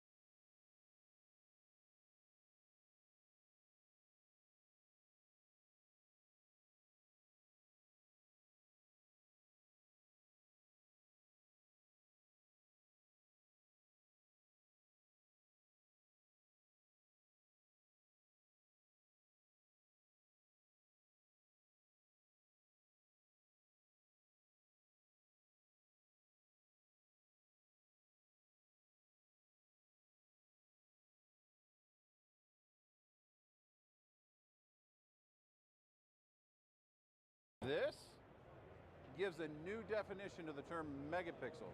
This is the megapixel wall that Savant is offering. It's huge, it's cool, it's made up of micro LED tiles, and it's surprisingly different than others I've seen because it's got a glossy finish, which makes it feel more like a TV. I kind of like it. I like the way he carries it out like a serving tray. Yeah. Ooh. That's the panel right there. Close. That's. How cool is that? And it's another micro LED panel up from not very. You can kind of.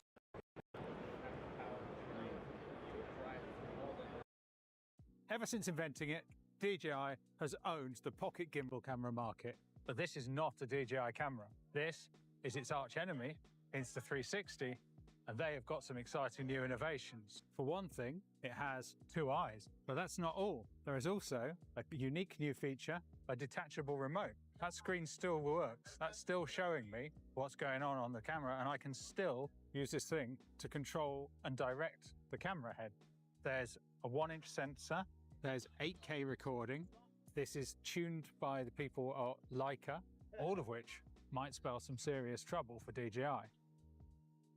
Because this is a Leica co-branded product, it does come with some very Leica-only features.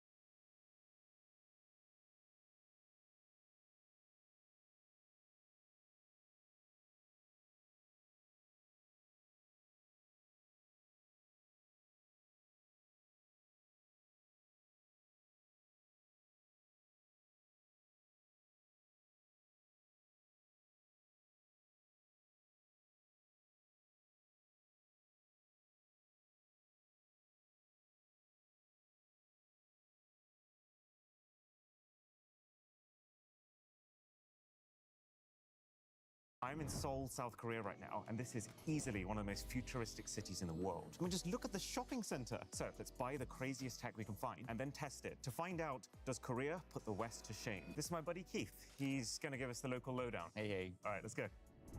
Is that the entire vacuum cleaner? What? Never in my life have I seen a vacuum cleaner like this. Typical Dyson vacuum, which is already pretty slick. And then the pencil vac. At first, they launched it in Japan and Korea only. In the States, they use more carpets, so they need stronger vacuums. Enough said. Let's buy. There's a litter robot. Korea has the biggest pet industry, I believe, due to the low birth rate. So people, instead of kids, are having pets. So then they have a lot of money to spend on those pets. Exactly. So the cat just kind of like gets in like that.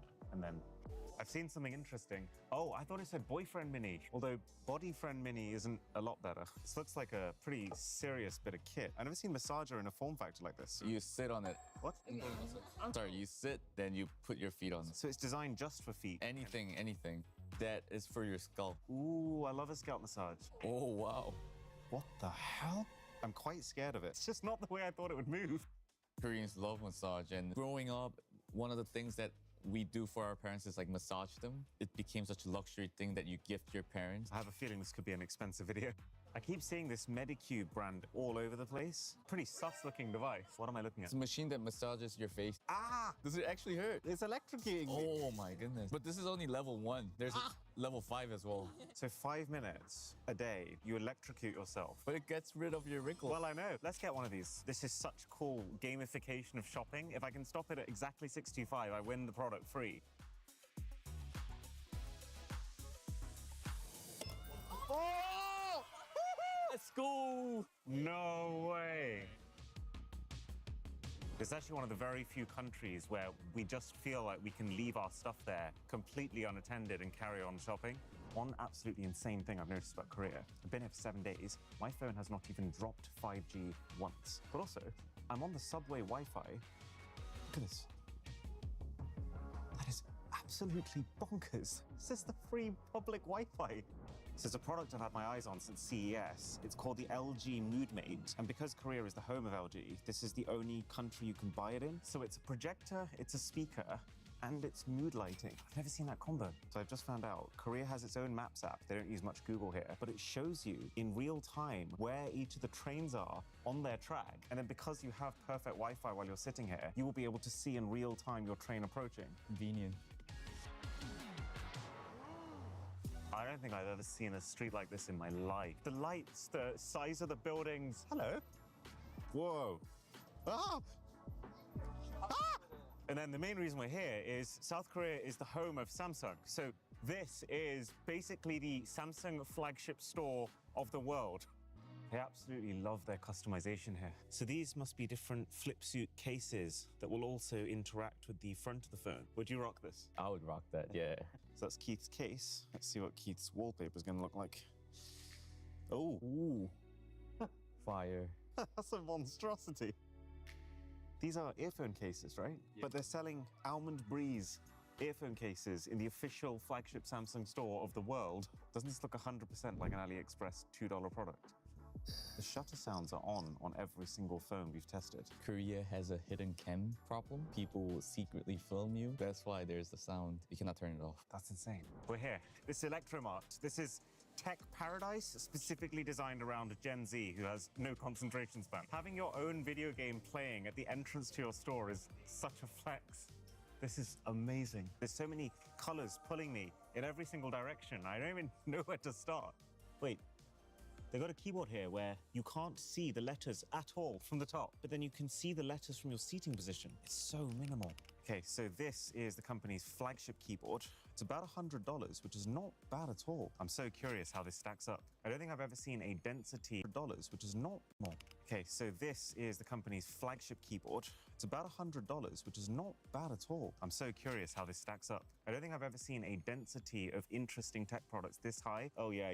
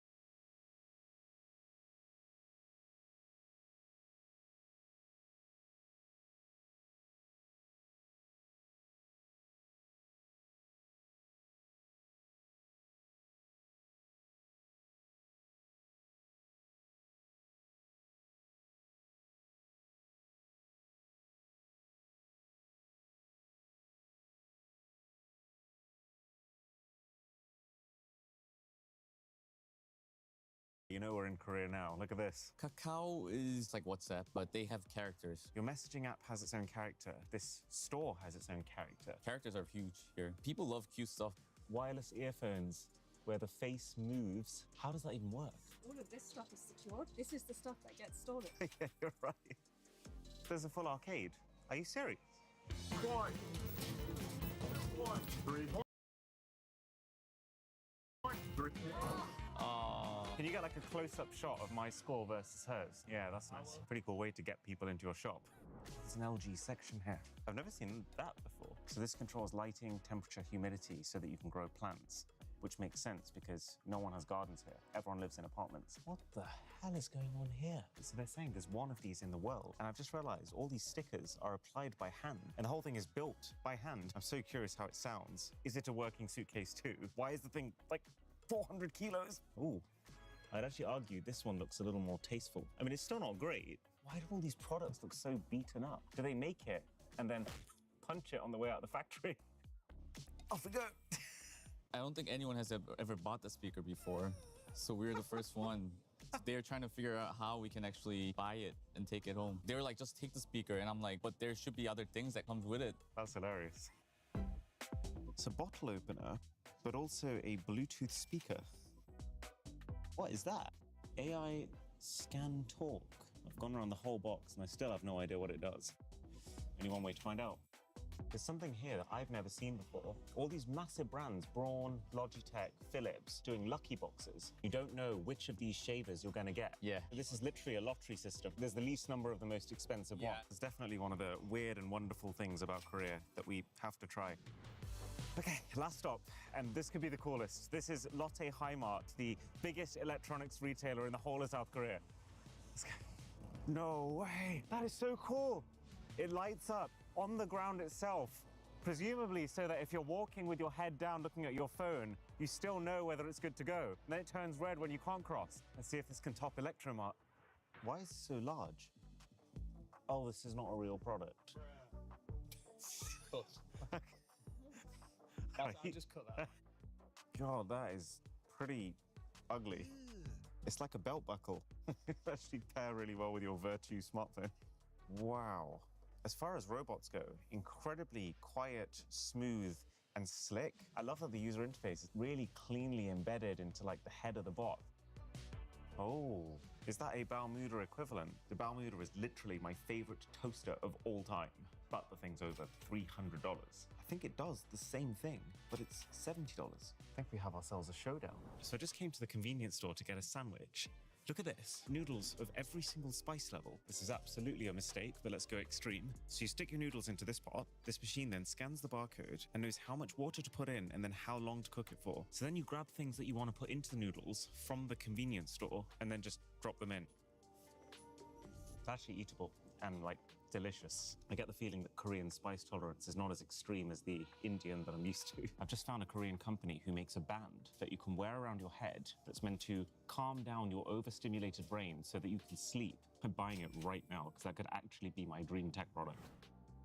So that is just under $3,000 spent, but we got a lot of tech for that. So let's test it in this absolutely gorgeous hanok, a traditional Korean house built with natural materials like wood, earth, and stone, to find out just how good do Koreans have it. Also, can't wait to see if we won big with our lucky box. Let's kick things off with the scalp massager, because I did not realize this when I was buying it. I actually spent $130 on this thing, so I'm fairly eager to find out if I got my money's worth or not.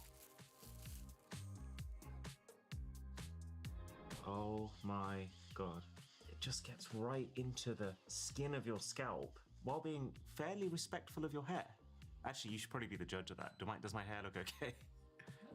It looks great. And I can start to see why this costs so much. Because it's the bristles which stimulate your scalp surface. It's got dual red and infrared lights here which get a little deeper to encourage more blood flow to your scalp. It's IPX7 water resistant, so you can use it in the shower, which actually makes a lot of sense. I kept thinking it looks like a repurposed shower head. And then, I didn't even clock this before, but this section here lets you put treatment oil in, which they also provided. This one says it can reduce hair loss by 60%, and it will be slowly dispensed onto your scalp via the 8 rollers also on the massager. Oh my God, this is the carrying pouch. That is so unbelievably soft. Seriously, Korea, this is incredible. This product is like a perfect 10. Now I'm curious if the company's plate massager can surpass expectations in the same way. Oh, there's actually quite a few more bits in this box than I anticipated.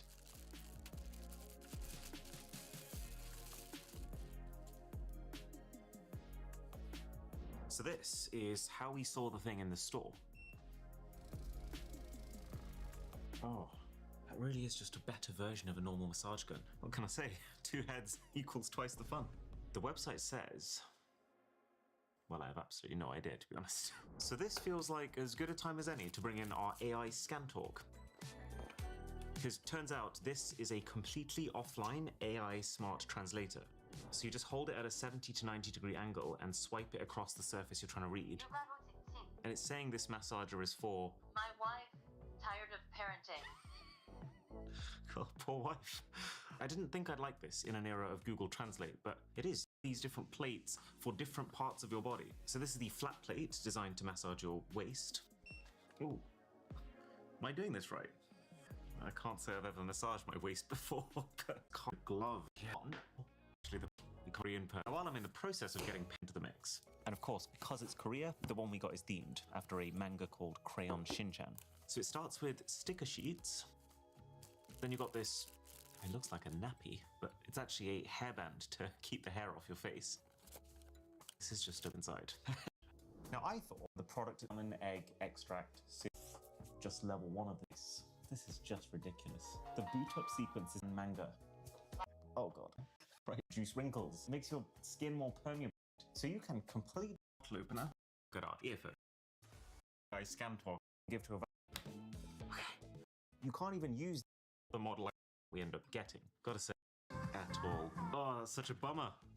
I mean, we can cut long, but it's probably cones. How was this still in the store? Now to cheer me up. So I spent $67 that you need. Will shavers. So I get... it's definitely not one of the best ones. What is this? The 5000 series. It's about $100. $100. Can I still shave my neck? Yes. Did I have a fun wanted? Oh, yeah. Before we give it all away to someone, these last few products should be able to give me that. So this is the LG Mood Mate, cinema and mood lighting, all in one. Okay, so this is the mood lighting. I think the less said about that, the better. Okay, so you do get different colors, and I guess the idea is to cast it against a wall more like this.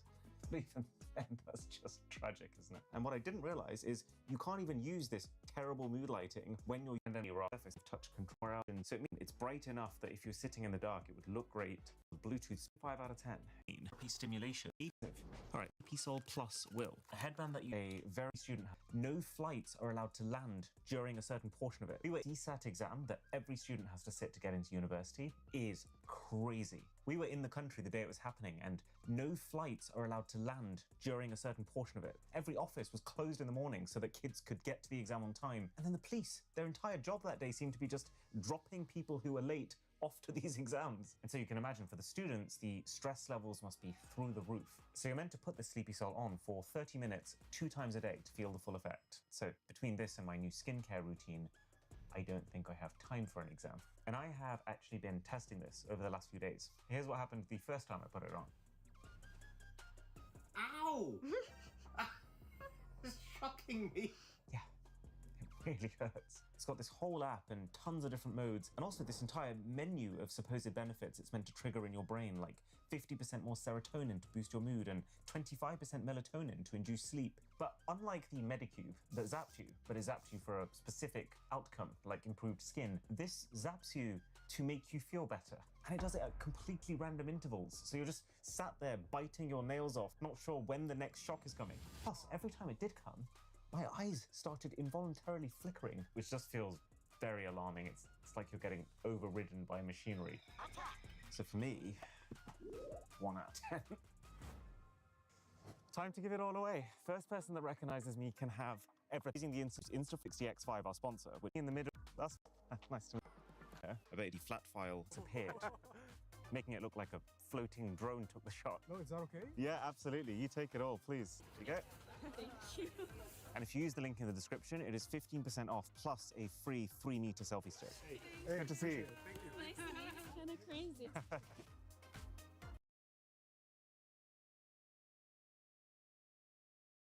This is a $1 billion rocket ship, a future technology that will one day take you all the way to Mars to live in delivery. Now, but before they can bring a wool milk helps you.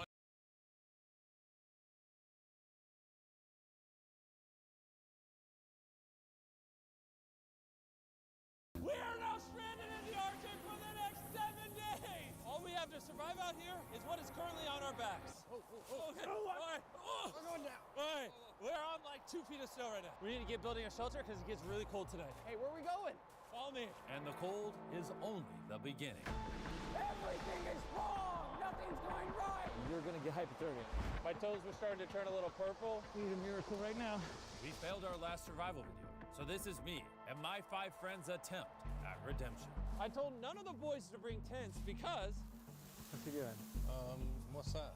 This is gonna be our home. We're staying in snow? Yep. Today, we have 2 objectives: create a shelter and build a fire. Go deeper, guys. Are you backseat shoveling right now? We're getting more shovels.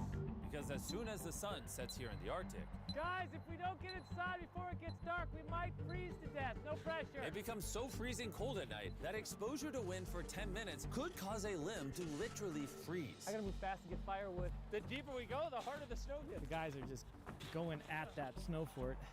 We're making a snow fort not only to protect us from the Arctic wind, but also to share our warmth. Oh my goodness, guys. It's gonna get below 0 tonight. We really need this, or we could actually lose some of our fingers to frostbite. I need to make progress way faster. It's all dead. Got really lucky. We got firewood, baby. Guys, Hayes is here. Now that Hayes is back, let's see if we can all fit in our fort. It looks a little tight in there. We have a place to sleep tonight. And it's really comfortable. If we can't extend our legs, yes. I'm not even in here. We have 2 hours left of sunlight, and we're never gonna sleep well like this. It might not be comfortable for these divas, but we're at least not gonna die, which is the number one priority, that no one dies in this video. And so, we continued racing nightfall to increase the size of our somewhat habitable shelter while attempting to build a fire. This fire's gonna be huge tonight. I'm excited. Gotta get it started. Dude, I don't think we're all fitting in here tonight. We gotta keep digging. Oh, there he goes. Oh, I can thaw out my gloves now. Now that we have a fire going, you know what that means? Hold this. All right, what are we cooking? Oh. What are you doing? Now go put that on the fire, and we have drinking water. This is a big celebration moment, but the sun is literally setting. Is the house done? No. Nowhere near Right done, now, bro. I think 2 to 3 can fit comfortably. All right. See how the water tastes. Give us a test. Oh. You would think the water's hot, but because we keep adding snow, it's staying cold. Go. Oh. My jacket's on fire. Your pants! Oh, they're completely burnt. Wait, my pants were actually on fire.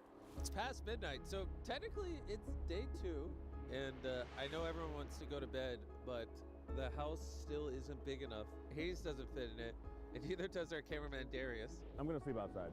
On day 1, we successfully built a fire and packed into our small and uncomfortable cave like sardines. But man, that was the worst sleep we've ever had. Bro, the camera is literally... the camera's almost frozen. That was some bad sleep, bro. So cold last night, there's frost all over our bags and everything. This camera is freezing my hand off here. Dude, I don't have gloves, bro. I don't have gloves. It's too cold to hold. Oh my gosh, dude, my feet are freezing. Can't feel my toes. Everyone, look! See that plane? Look right there, boys. Bro, it hasn't been 7 days. What are we doing? Once a day, that plane's gonna fly over top, and if any of you want to shoot the flare and leave, you can. You just have to shave your head before you do. You're telling me I can shoot this flare right now and I can go home? After we shave your head.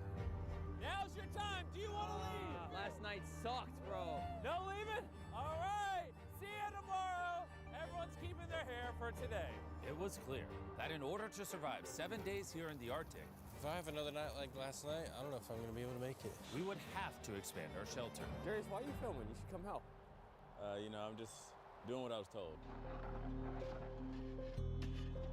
All right, so there's 6 of us. The goal for tonight is to have us be able to sleep side by side this way and side by side over here. And if we don't, I'm gonna go home a bald man.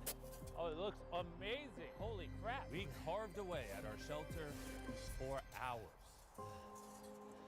But the realization started to hit. What was your plan on pooping? I thought it was gonna be a poop tent. But you didn't bring one? It was on the packing list. Who didn't pack it? Well, I didn't have room in my bag. How are we pooping? We're not! Everything is wrong! Nothing's going right! They sent me to scout a poop area. Oh, yeah. If we poop near camp, it would obviously attract polar bears. The creepiest thing about this whole thing is I always see animal tracks, but I never see the animal, which makes me think that the animal is always watching me, and I don't like that.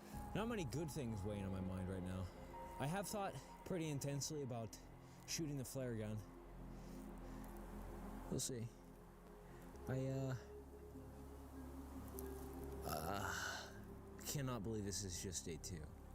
It feels like a day 6 or 7 of a typical challenge. This is one that I'm not sure if we're all gonna get through.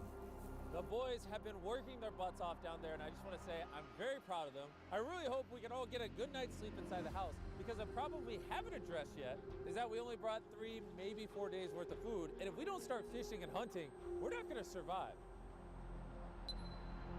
It's not even day 3, and I think my nose might be getting frostbitten. It's starting to turn purple in certain points, so this is going to be an interesting video.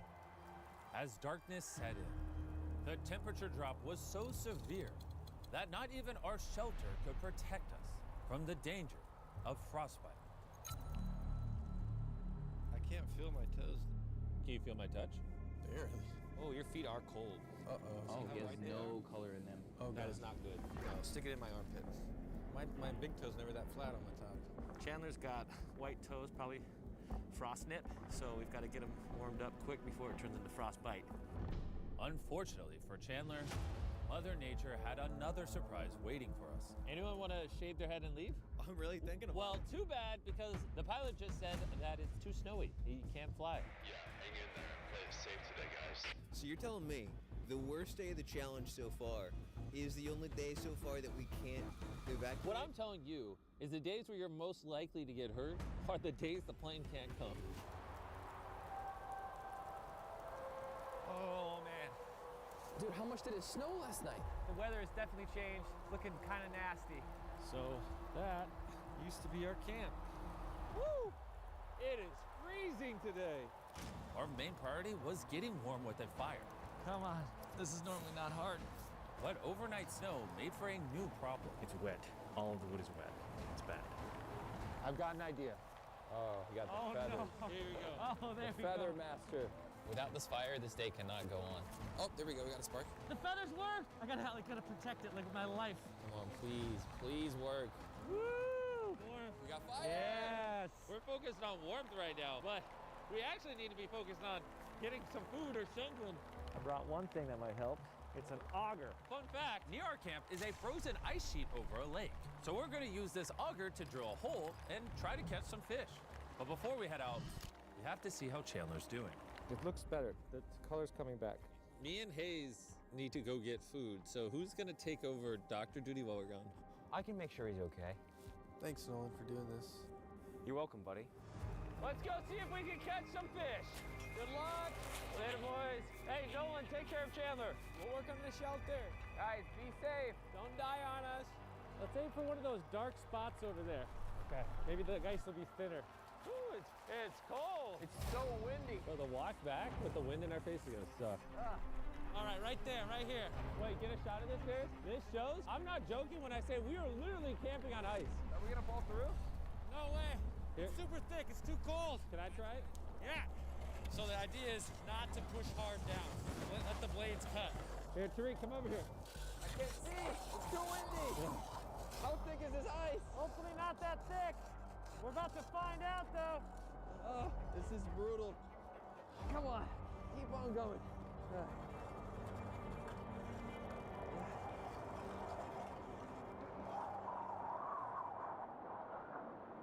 Should we see how deep we went? Yeah, let's do it. Oh, Whoa, we made progress. dude. Look at that. We're cooking. Oh, my eyes. Oh, the weather out here is worse than we ever could have imagined. Well, our situation has went from bad to worse. Our entire kitchen has been completely covered in snow.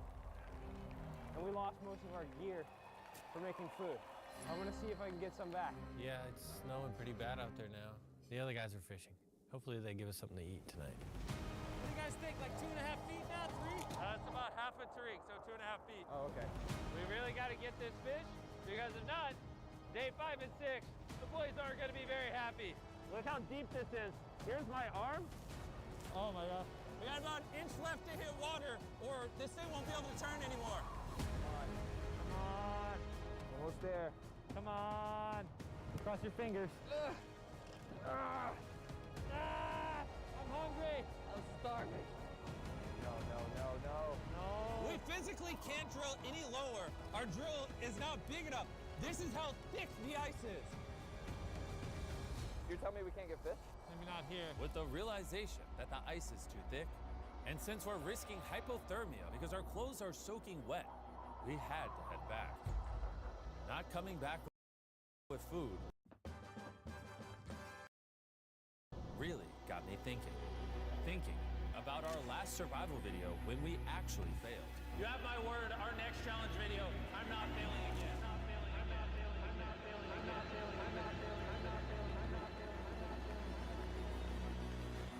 Hey boys, catch anything? No. Feel so defeated right now.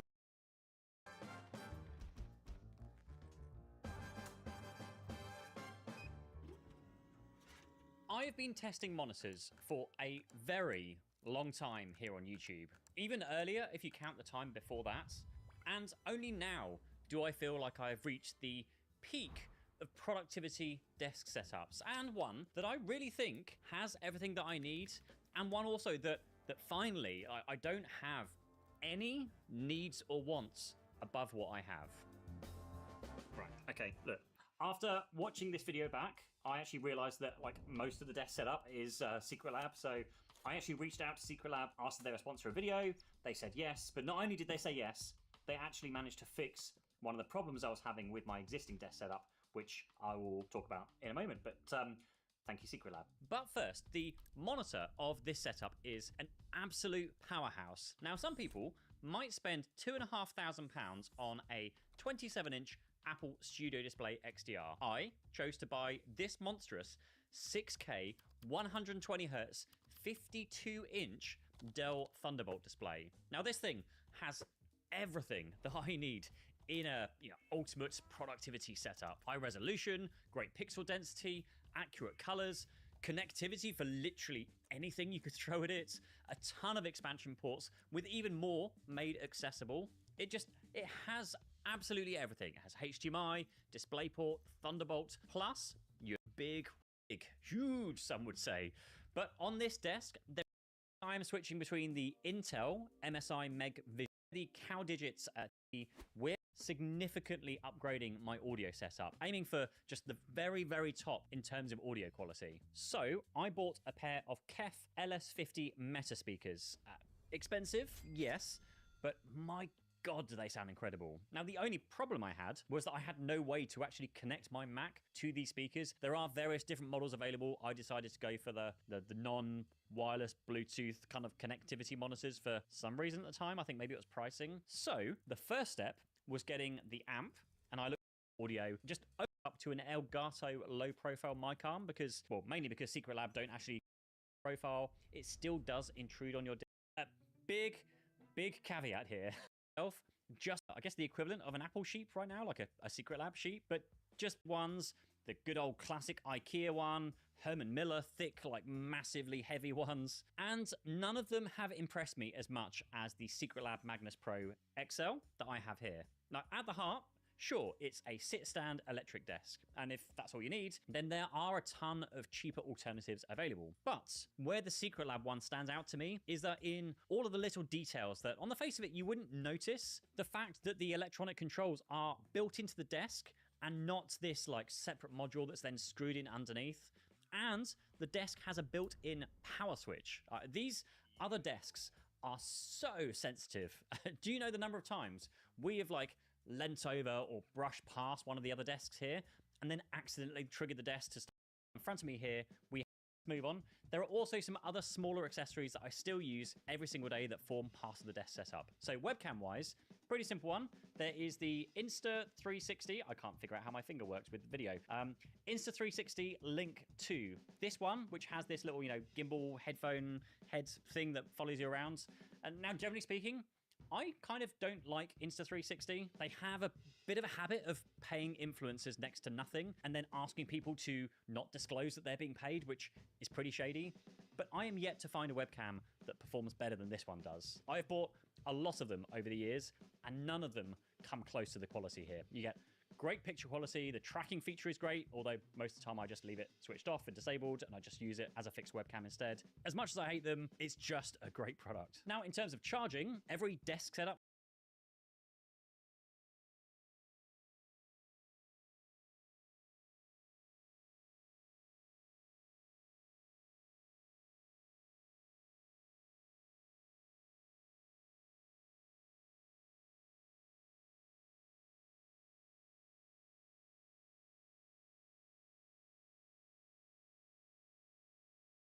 You probably know Xiaomi for... This is my desk setup built for gaming. Today I'm going through a full desk setup review. I'm going to go through my desk, peripherals, and lighting. The desk itself is an IKEA Alex drawer unit paired with the IKEA Corabi countertop supported with sofa legs. This combo is super popular for a good reason. It's extremely sturdy, looks clean, and gives a ton of space.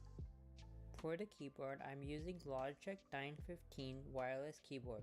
It's slim, wireless, and has a really clean design, perfect for both gaming and everyday use. The switches are low-profile GL mechanical switches, which make typing faster and more comfortable, especially for longer sessions. For the mouse, I'm using a Logitech G502 X Plus wireless. This mouse is the updated version of the G502.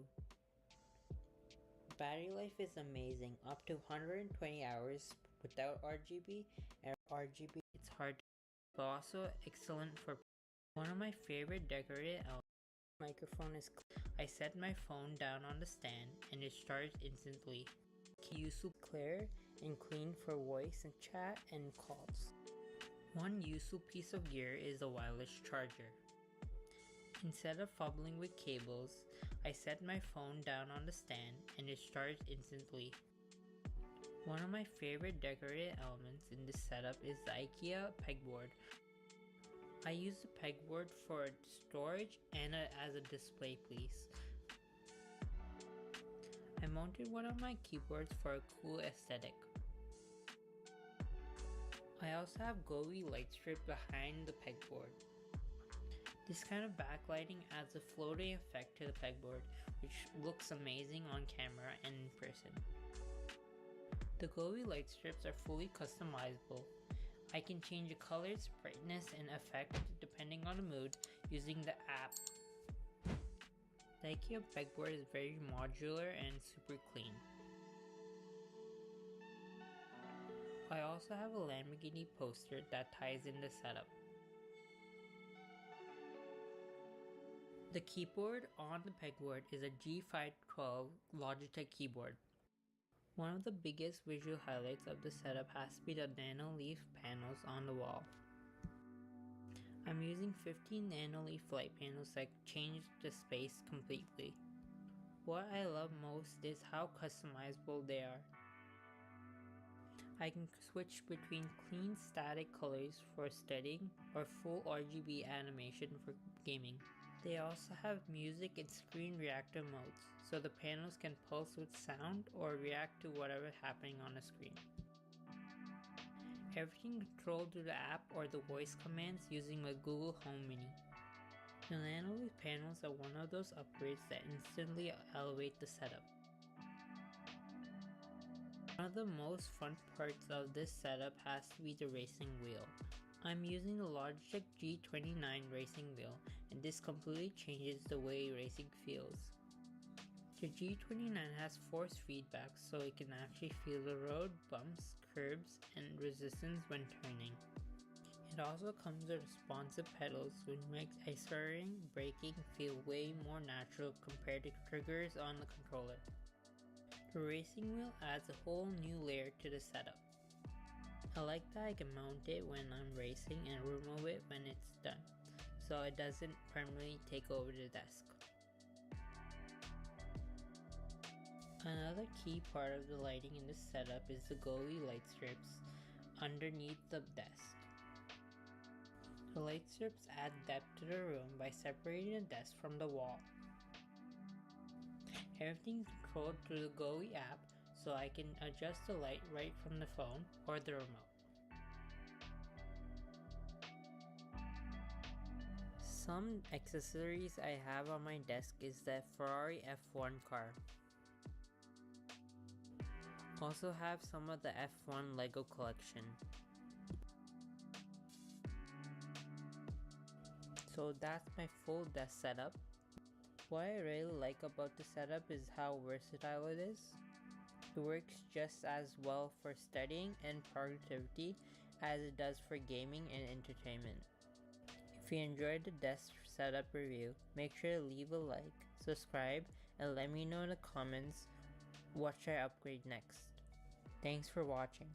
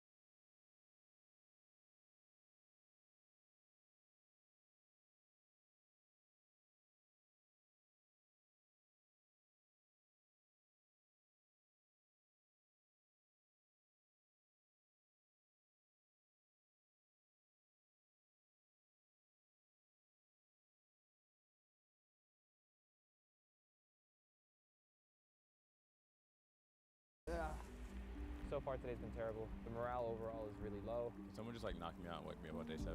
Isn't it crazy? It's only day 3. 4 more days. Yeah, and everything, including my hands, are soaking wet.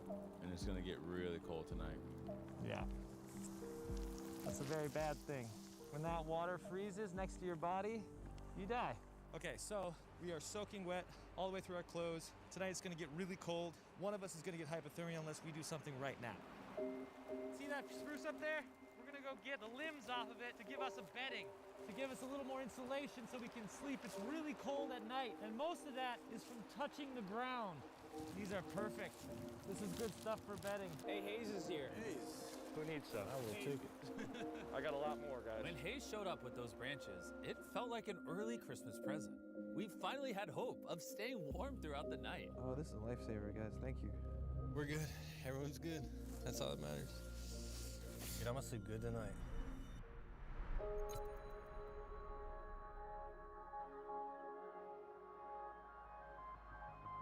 Oh man, and it's gorgeous.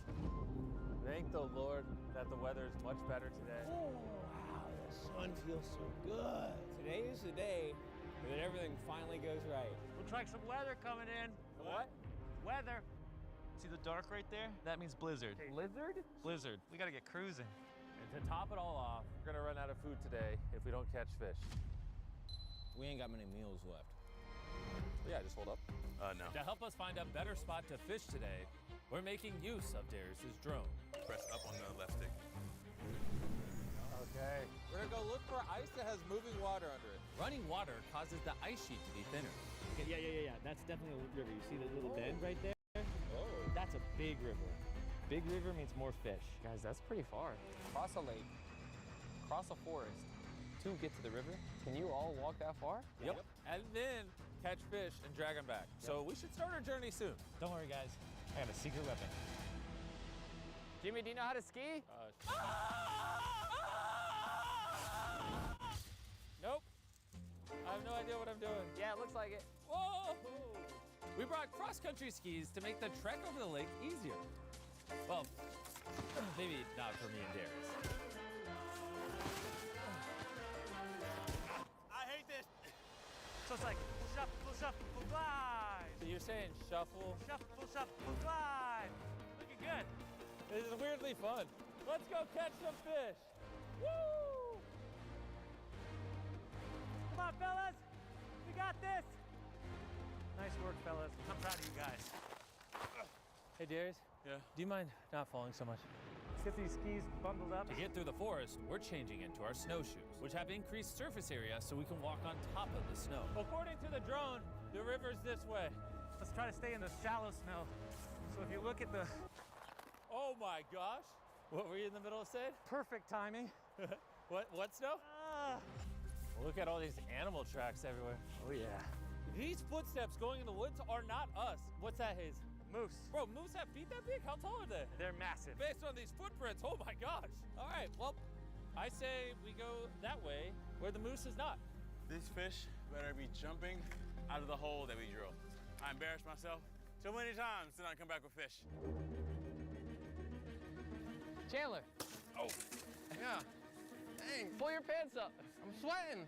Jimmy said to make this place bigger. We're gonna give him a mansion.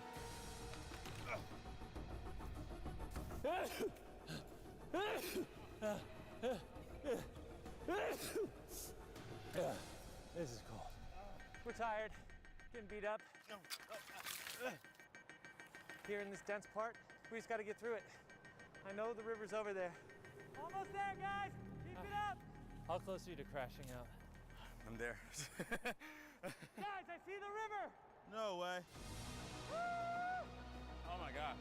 How gorgeous is that? This is crazy. All right, let's get to fishing. Whoa. My leg is actually stuck in a hole. I got you, buddy. This branch is the only thing stopping me from falling. I wonder how the boys are doing back at camp. They better be doing something. Holy! Hey, Yo, is that too big of a chunk? Oh. Chandler figured out a new method for the ceiling. Dude, that was nice. Oh, that is the biggest chunk in the world. Guys, I know you found a new shot, but please do not cave the ceiling in. That is a massive chunk. I mean, we don't know what we're doing. I guess right here? Right here? Okay. That entire journey you just saw was under the assumption that this ice is thinner. Let's see how screwed we are. Let's go, Jimmy. Let's go. Let's go, Jimmy. Let's go. Let's go, What are Jimmy. you, my cheerleader? Because I kind of like it. Oh. Bro, if you got that much energy, no, come use this. Too much energy. All right, sub in. Yeah, we're in there. We're gonna get some fish. The boys are gonna eat good tonight, tomorrow night, the night after. We're eating good the rest of the video. I don't know, I'm just saying this to psych myself up. I'm worried we wasted all this time and energy and calories, and I'm tired. Guys, the plane is here. Plane's here. Where's the flare? We built the shelter. Did a lot. We could, we could just hit this. We can easily shoot this and go home. Is it loaded? Ah! Hey! That's the plane. Howdy. I mean, that does look a little tempting right now. I had finger on the trigger, bro. I almost did it. Dude, I want to really badly. Bro, we can, dude, let's just do it. We can end this Let's suffering right now. Leave. Jimmy, we'll just have to come back with our hair on the ground. I hope one of the boys aren't balded in that plane right now. I'll be honest, camp's really far that way. I'd have no idea if they shot the flare. Watch your eyes. A hole's as deep as my arm, and we still haven't hit water yet. We might run into the same issue we did yesterday. Science said this is a river, so it should be thinner. As of right now, it's not looking much thinner. Bro, my shoes are soaked.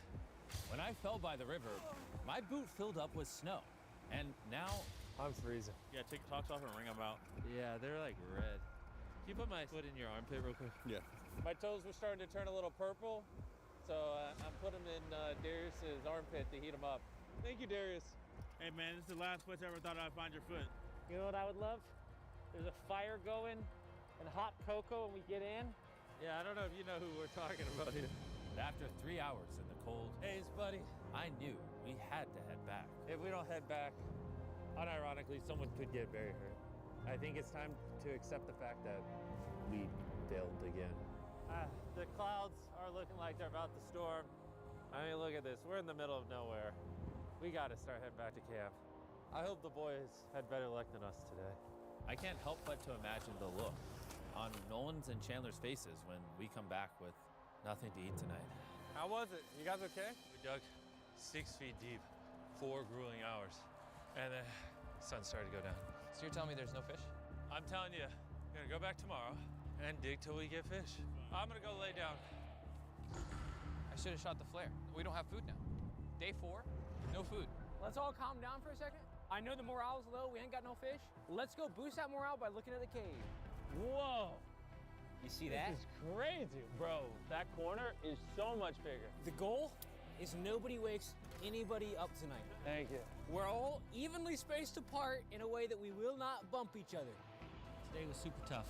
Need a win, man. It's been just bam, bam, bam. Today was a trek. I want to say thank you for expanding the fort. I have lots of space between me and Nolan. We will not be bumping shell. I'm gonna get some sleep because I guess I gotta do that all over again tomorrow. Lovely. It's day 5 and we're down to our last meal. But we did bring a few snacks for this type of situation. Like our Mr. Beast Jack Link's beef sticks. And with 6 grams of protein, it's perfect to give us a boost of energy for the day. You can have mine, buddy. And if we weren't in the frozen Arctic, we'd head over to Walmart, where you can now grab some for yourself. But unfortunately, after these beef sticks, we're basically Out of food. And we got a blizzard. There's no airplane coming. There is no rescue. We are on our own. We need to fish. But unfortunately, the snow is wet. We go out, get soaking wet. Even if we're catching fish, it just becomes extremely dangerous. We're gonna be going all the way back to that fishing hole to catch fish, and we have to assume that when we come back, somebody's gonna have hypothermia. What? That means you guys have to have hot water ready to go. Basically, like an emergency station ready. It's very dangerous. All right, let's go. All jokes aside, I know the boys. And if we don't get this fish, they're all gonna flare out tomorrow. And we failed the last video. We got close to the island, didn't make it. I don't want to fail another video, so we're gonna go get a fish. Yeah, we are. What are we about to do? Catch a fish. Say it like you mean it. What are we about to do? Catch a fish. Let's go get a fish. Let's Yeah. go. See you later, boys. Be safe. Dude, how are we supposed to get a fire started? Because there's a blizzard, we decided not to ski, so we have less gear to carry. But That means the trek will take longer. Let's see if it ends up working out. Our path that we tracked over to the river is completely destroyed by all this snow. We got it, don't worry. We just need to walk that way for a very long time. So how does one start a fire? That's for us to figure out. The firewood is soaking wet. What wood doesn't really light on fire? They need warm water when we come back, and we can't. How are we? Anybody that knows what to do just left. Boys, we got a lot of figuring out to do. 1/3. 1/3 down. So, where's our trail? Our trail's totally gone. Oh, here it is. I see it. Yeah. This is the part where I got stuck yesterday. Oh. Jimmy, you good? I'm good. And I failed again today. Come on, boys. All right, let's get it. We're gonna catch fish today. Woo! We're gonna use this dead tree that we found because it's dry on the inside.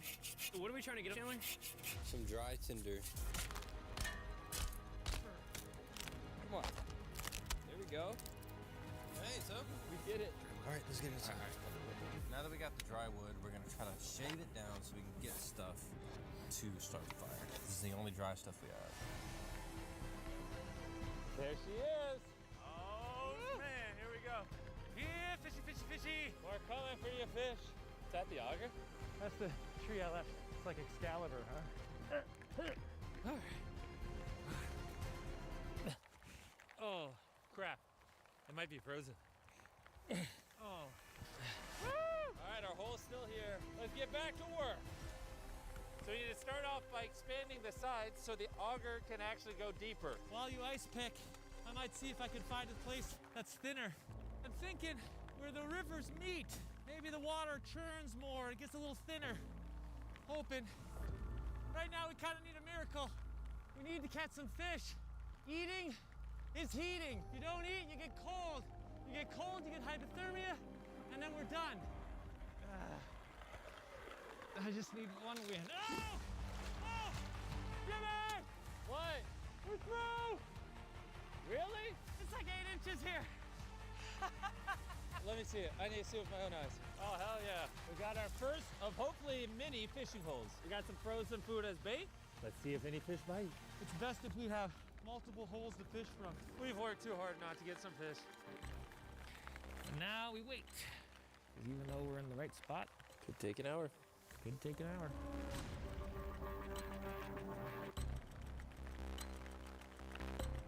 I want a fish.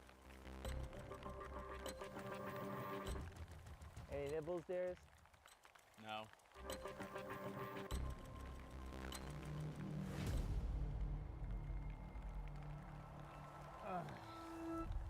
Guys,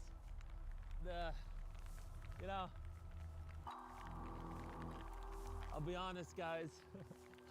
I'm really cold right now. Starting to lose faith that a fish might ever even bite this hook. And I'm worried that if we don't catch a fish right now, due to lack of calories, we'll get very cold tonight, tomorrow, and honestly, we might have to call the challenge if the snow picks up, which, I don't know.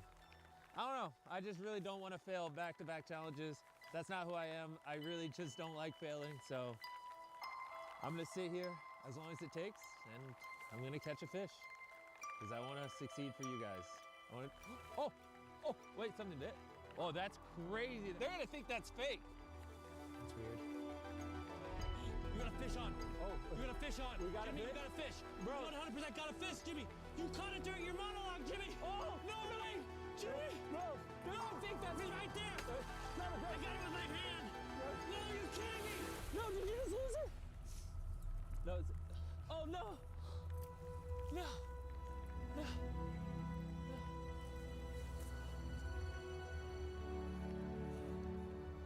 I had it in my hand. It caught on the lip. Yeah, it was coming up sideways. Yeah, okay, keep fishing, keep fishing. Okay, the way these fish work is if you get one, there's a lot of them. We gotta get it back in the water. If there's one, there's more. We're going to catch a fish, Jimmy. I swear to God, we are not failing again. Oh, no, this is bad. It's okay, I got extra gloves. Oh, yeah. It's okay, it's okay. You fish, you fish, you fish. Everybody fish. I'm sorry, man. It's all good. It happens. I was so close to sticking my hand in as well. No, it's just like, I've never done that before. I've never barehanded a fish. Well,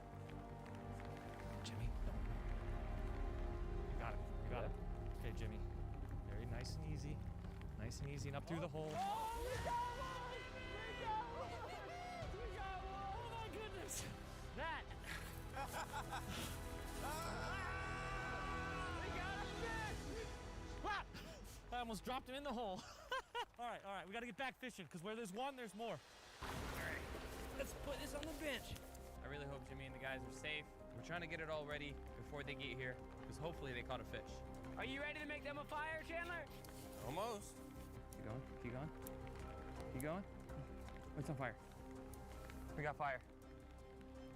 All right, we got a little fire going. Now we just gotta make it beat it. We just gotta keep feeding it. Oh. Hayes, we got a nibble. Keep the tension, pull slowly. Keep the tension, keep pulling, keep pulling. We got something, we got something. Pull it out. Yeah! Woo! Another one! Woo! We eating good tonight. Yes! It's been hours since I drank water. I got a headache. I don't know what's really going on, but I caught some fish. After 7 hours of fishing, we caught 2 fish. Let's go celebrate with the boys! Ready for insertion of snow. Hayes is gonna be so proud of us. He's gonna get back here, he can be like, I don't gotta do that. We got the fire going. We got the water ready. All we need is a fish. Light a fire! Is that a fish I see? We got everything going! Yeah! Boys, I know what you're wondering. Hey, grab the blue bag. This better not be a prank. Boys, we eating tonight! Yeah! Let's go! Woo! All right, fish number 1 is cooking. Yes! Wow. Hey, good job. Good job. All right, we got a cooked fish. Who's hungry, boys? Let's eat up. Oh. Hey, don't worry. We have a second fish to get us through all of day 6. Oh, yeah. Oh, mate. I don't think I've ever had fish this fresh before, because this tastes delicious. Can you guys believe that we're just eating fish out here in the middle of the Arctic? Oh, I'm believing it and I'm living it. I'm living it, believing it, seeing it, Dreaming it. all the above. Gentlemen, what do you think of our fish? It was delicious. Tasted amazing. So good. Tomorrow, I have something very fun planned for the gang. Well, before I tell you, Chandler, can you say cue the time lapse? Cue the No, they'll cut you off in post. You just say the whole thing. cue the Oh, hey guys, the plane's here. Not to alarm anyone. But I think I'm gonna shoot the flare. Whoa! Because I'm worried about how much fun we're gonna have today. After 5 grueling days, I think the boys deserve a little fun. And if they make it to day 7, I've got a surprise for them. I'm glad we caught the fish, because I almost left without the fish, to be honest. This was the hardest challenge that I've done. Harder than that time we tried to make you eat pickles 7 years ago? Here we go. Oh, it's in there. It's in there. Oh. This is the second hardest challenge I've ever done.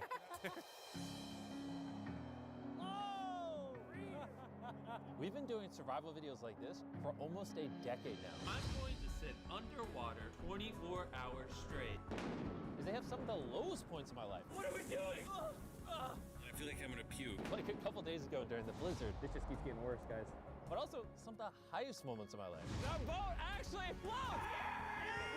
When we're in the cave, cracking jokes with the boys, disconnected from society, it's some of the most fun I have filming any videos. I just wanted to give a shout out to those guys because they're the reason why a video like this that in theory should suck horribly has a lot of really great moments. And I'm just very grateful for them. It probably goes without saying, but I'm obviously very grateful for you guys as well. When I was a little kid, I used to dream of living the life I'm living now. Hide me in 10 years. Hopefully you still do YouTube. And so, just thank you so much. I'm gonna go throw a snowball at them. Derek, push me! Oh God! Oh God! Woo! All right, now I'm soaking wet. Day 6 is a 10 out of 10. I've been holding on to these s'mores for the last night, and now it's time. Boys, got a present. Oh, that looks good. Yo, Nolan, hook a boy up. Cheers, boy! Cheers. Great way to end it off with the best tasting chocolate on the planet. Woo! Hayes, go bedtime. I'll see you guys in the morning for the surprise. Let's just say we're not leaving on a helicopter tomorrow. What? We are leaving though, right? Depends. You'll see. It's day 7! Yes! Get us out of here! And now the twist of the video, we have another week here. Stop it. I'm leaving.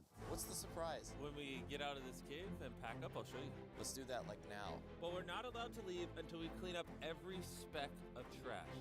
Okay. Cue the time lapse. Drake don't got time-lapse power. Cue the time-lapse.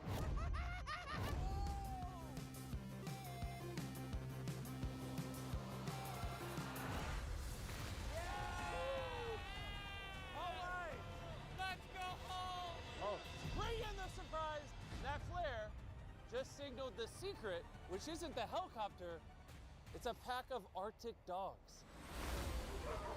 Oh, sweet! Bro, that looks so beautiful. Dude, that's a lot of dogs. Oh my God, I'm so ready to go home. Doggos! Yes! That's my ride! Take me home, baby! And that's 7 days in the Arctic! We're heading out! Oh, I can't wait to take a warm shower. Hey, if you guys enjoyed this video, make sure you subscribe. Thanks for sticking around. This is crazy. That's how you end the video!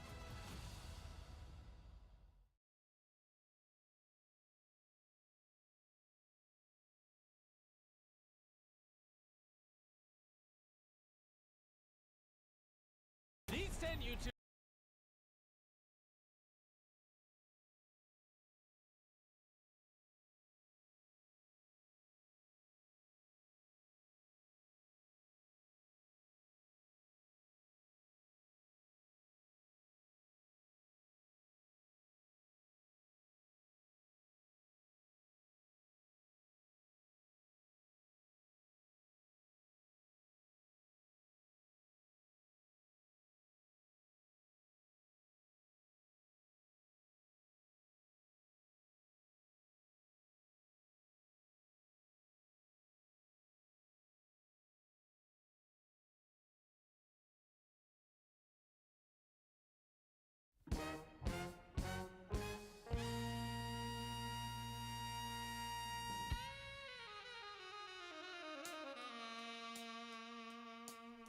This is a man's world.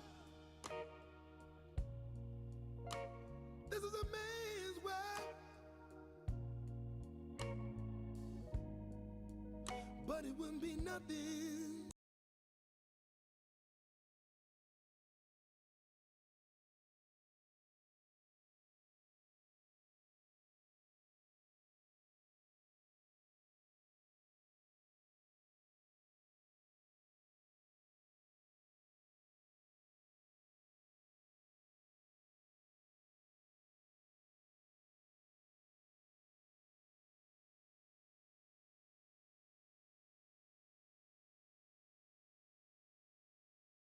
Hi everyone, welcome back to I'm Gizmo Geek.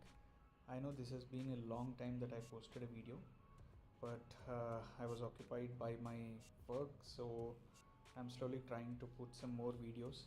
I'm already working on making some videos on some sound bars, so stay tuned so that you will be able to see more content from the channel. Today I'm going to show you my desk, which is the IKEA UTES Player desk that I bought last year, and I will be showing you a small tour of my desk, what all the items I keep on my desk and how did I set it up. And I'll also briefly first show how did I set up this desk, because it's an IKEA desk, we have to install it on our own. So let's quickly give you a glimpse of the assembling video first. The desk is delivered in this kind of box. I actually carried it myself from IKEA in my hatchback car with a lot of effort, as the extra delivery charges were way costly. Once you open, you see the tabletop, metal stands and bundle of screws with required tools. No extra tools will be required, thankfully. I first went through the installation guide thoroughly to understand the sequence. The first thing to assemble is the bottom leg and the level screws. Once the 4 legs are ready, attach them to the T-shaped section and fix at your required height. You will have your pair of table stands ready this way. Then you fix the horizontal bars to join the legs and form the total metal frame.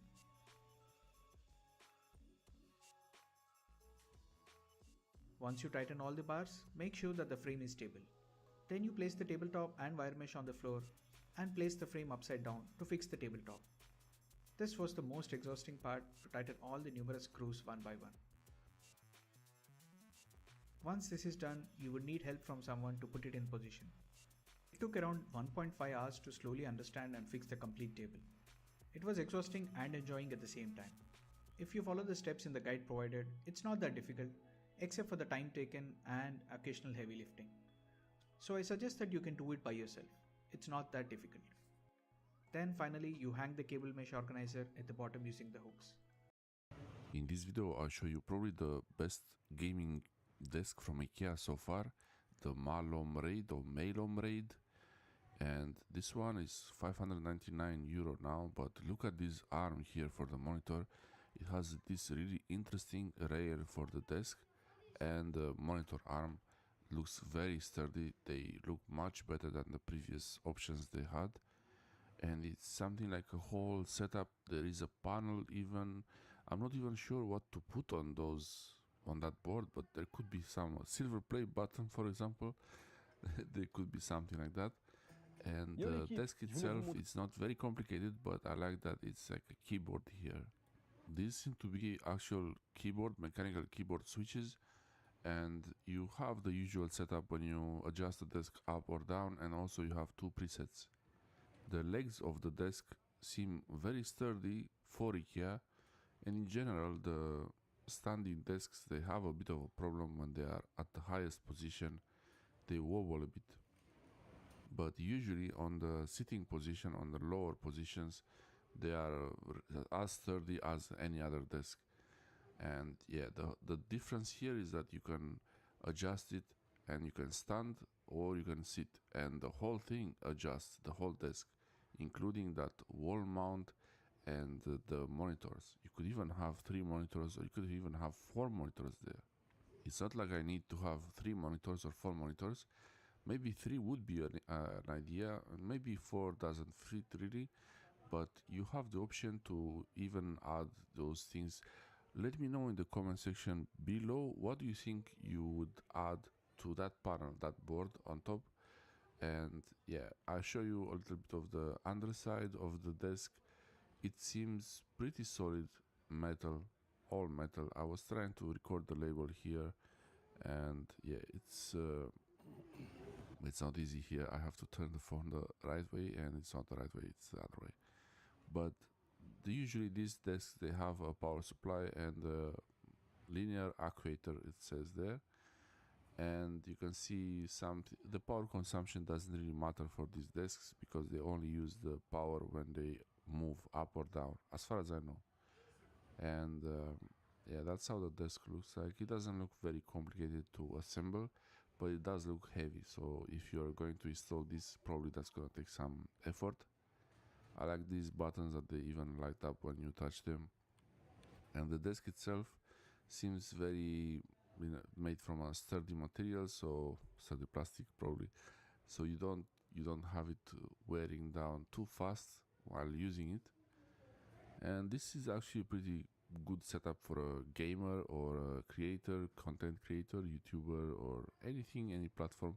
The best thing about this is these arms. They are really interesting, and they seem to be very well set up like this on a rail behind the screen, and you could add other things on that rail, and they are adjustable. This is the part I like the most, and I'm sure this can have more arms, multiple utilities, even a microphone. I mean, for YouTube videos, that's perfect. You could have a microphone arm, lights even.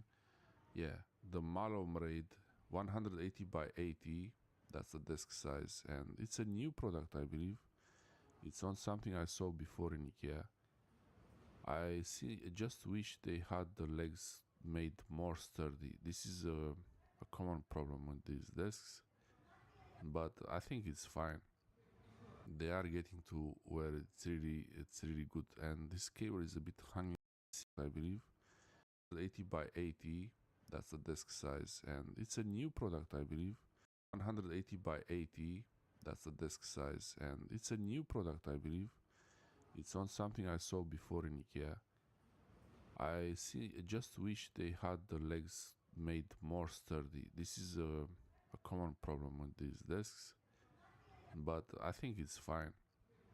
They are getting to where it's really good, and this cable is a bit hanging out like that. Yeah, it's not very stable, and there is even a computer case. One thing about this standing desk, you have to, when you put the cables going to the computer, you have to make sure that they are not forced, they are not pulled too hard when the standing desk is at the highest position.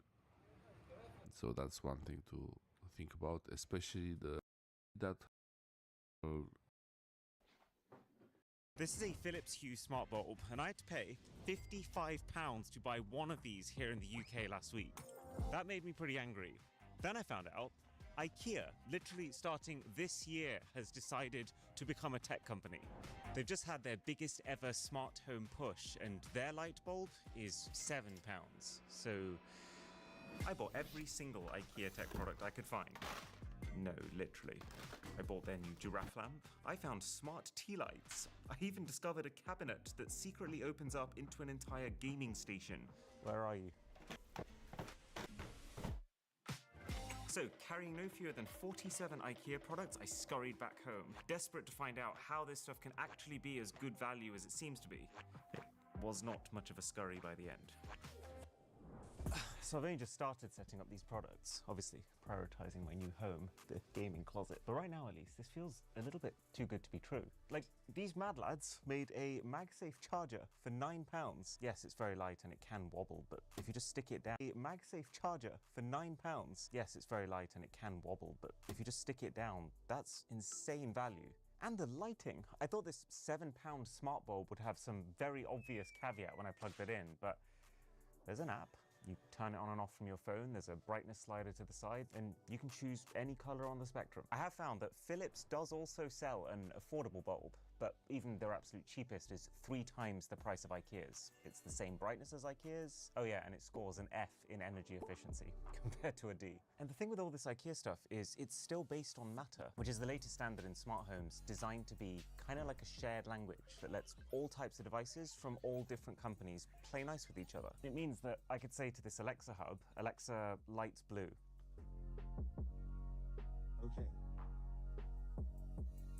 Okay, that works. Or I can use a £4 IKEA Matter remote, and it's so sick, because clicking down turns the light on and off. You can scroll this wheel. 7 out of 10 satisfying. But then also, press down at the bottom of the remote to switch which group of Matter devices that I want to be controlling. The idea being that those devices could be almost anything. Even one of these. So this is the new IKEA color light strip. £13, by the way, compared to the minimum that I can find Philips for, which is 50. But I guess what they've cut to get there is this doesn't directly connect to anything. It's not Matter. The only way you typically control it is this button to turn it on and off, and this one to change color. But yeah, so what you can do then is connect it up to one of these Matter smart plugs, which will then let my Matter smart remote talk to it. And it has memory. When I turn it on, it's remembering what color it was set to before I turned it up to the places that I want to be. And the thing with all this this £7 smart bulb would have some very obvious caveat when I plugged it in, but there's an app. You turn it on and off from your phone, there's a brightness slider to the side, and you can choose any color on the spectrum. I have found that Philips does also sell an affordable bulb, but even their absolute cheapest is 3 times the price of IKEA's. It's the same brightness as IKEA's. Oh yeah, and it scores an F in energy efficiency, compared to a D. And the thing with all this IKEA stuff is it's still based on Matter, which is the latest standard in smart homes designed. And the thing with all this IKEA's is it's switch that lets all types of devices from all different companies play nice with each other. It means that I could say to this Alexa hub, Alexa, lights blue.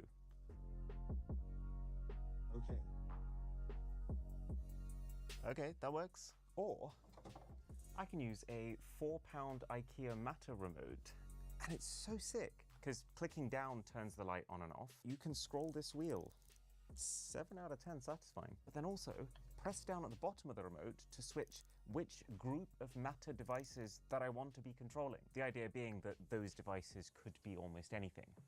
Even one of these. So this is the new IKEA color light strip. £13, by the way, compared to the minimum that I can find fillets for, which is 50. But I guess what they've cut to get there is this doesn't directly connect to anything. It's not matter. The only way you typically control it is this button to turn it on and off, and this one to change color. But yeah, so what you can do then is connect it up to one of these Matter smart plugs, which will then let my Matter smart remote talk to it. And it has memory. When I turn it on, it's remembering what color it was set to before I turned it off. Am I nerding out over furniture store LEDs? Yes. But the configurability here for the money is like everything I've been searching for. Or so I thought at this point. Things are about to take a dark turn soon. IKEA's also made a bunch of Matter sensors. And yes, I've also managed to catch them all. So there's a £7 door sensor, which I've stuck inside the gaming cabinet, because it means that every time this door closes, this part of the sensor, which is just a magnet, changes the magnetic field. That's picked up by the Hall effect sensor in the main body, which then sends a Matter signal out to everything here, including all the non-smart stuff like these light strips, because of those Matter plugs. That was so well timed. And then because it's configurable, I can also get it to like ping me a notification to let me know that the door's been opened or closed. There's a motion sensor too, which can do the same thing, but in response to, let's say, you walking into the room. And you can do crazy stuff. Like this right here is IKEA's temperature and humidity sensor. £5, by the way, and you could set this so that the moment it picks up that the lights are making this cabinet hot beyond a certain point, they just get switched off. And by the way, this isn't just running Matter, the universal language. It's Matter, but based on a layer of technology called Thread, which should be better than the more traditional Wi-Fi smart home tech of yore.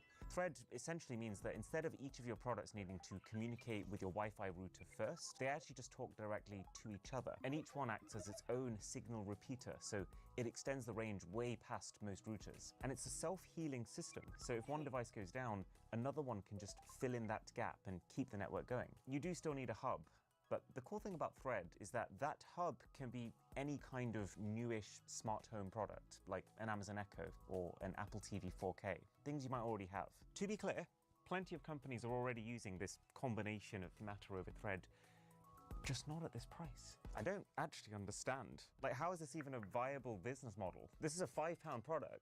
£1 is just tax here in the UK, so IKEA is making £4 from selling this. How in £4 are you managing to cover the temperature and humidity sensor itself, the system on a chip required to run the thing, the materials, the display, the assembly, the packaging, the cost of retail, and then somehow still keeping room to make a bit of profit? I've just gone into a bit of a rabbit hole online, and turns out you can actually find the exact sensor that IKEA is using in one of their products, their air quality meter, which they're selling for £25. But it's this, look, the Sensirion Sen 63C. And if you search that up, this one sensor alone is worth like £28. So yeah, obviously IKEA is getting massive bulk air quality meter, which they're selling for £25. But it's this, look, the Sensirion Sen 63C. And if you search that up, this one sensor alone is worth like £28.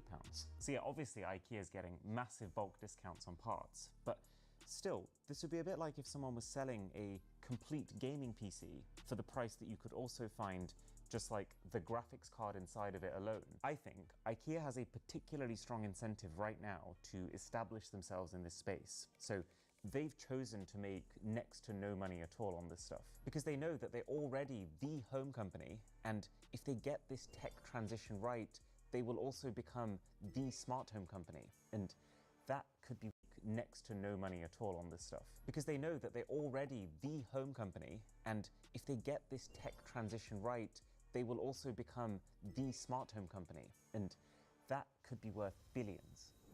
I've just tried some of their bedroom products, and this stuff is not Matter. It's actually a bit less smart, but it might be even better value than the smart stuff. Like for £1.50 a pop, we've got things like the cabinet lights. They've got motion sensors inside to pick up when you open doors or drawers. Nice and bright too.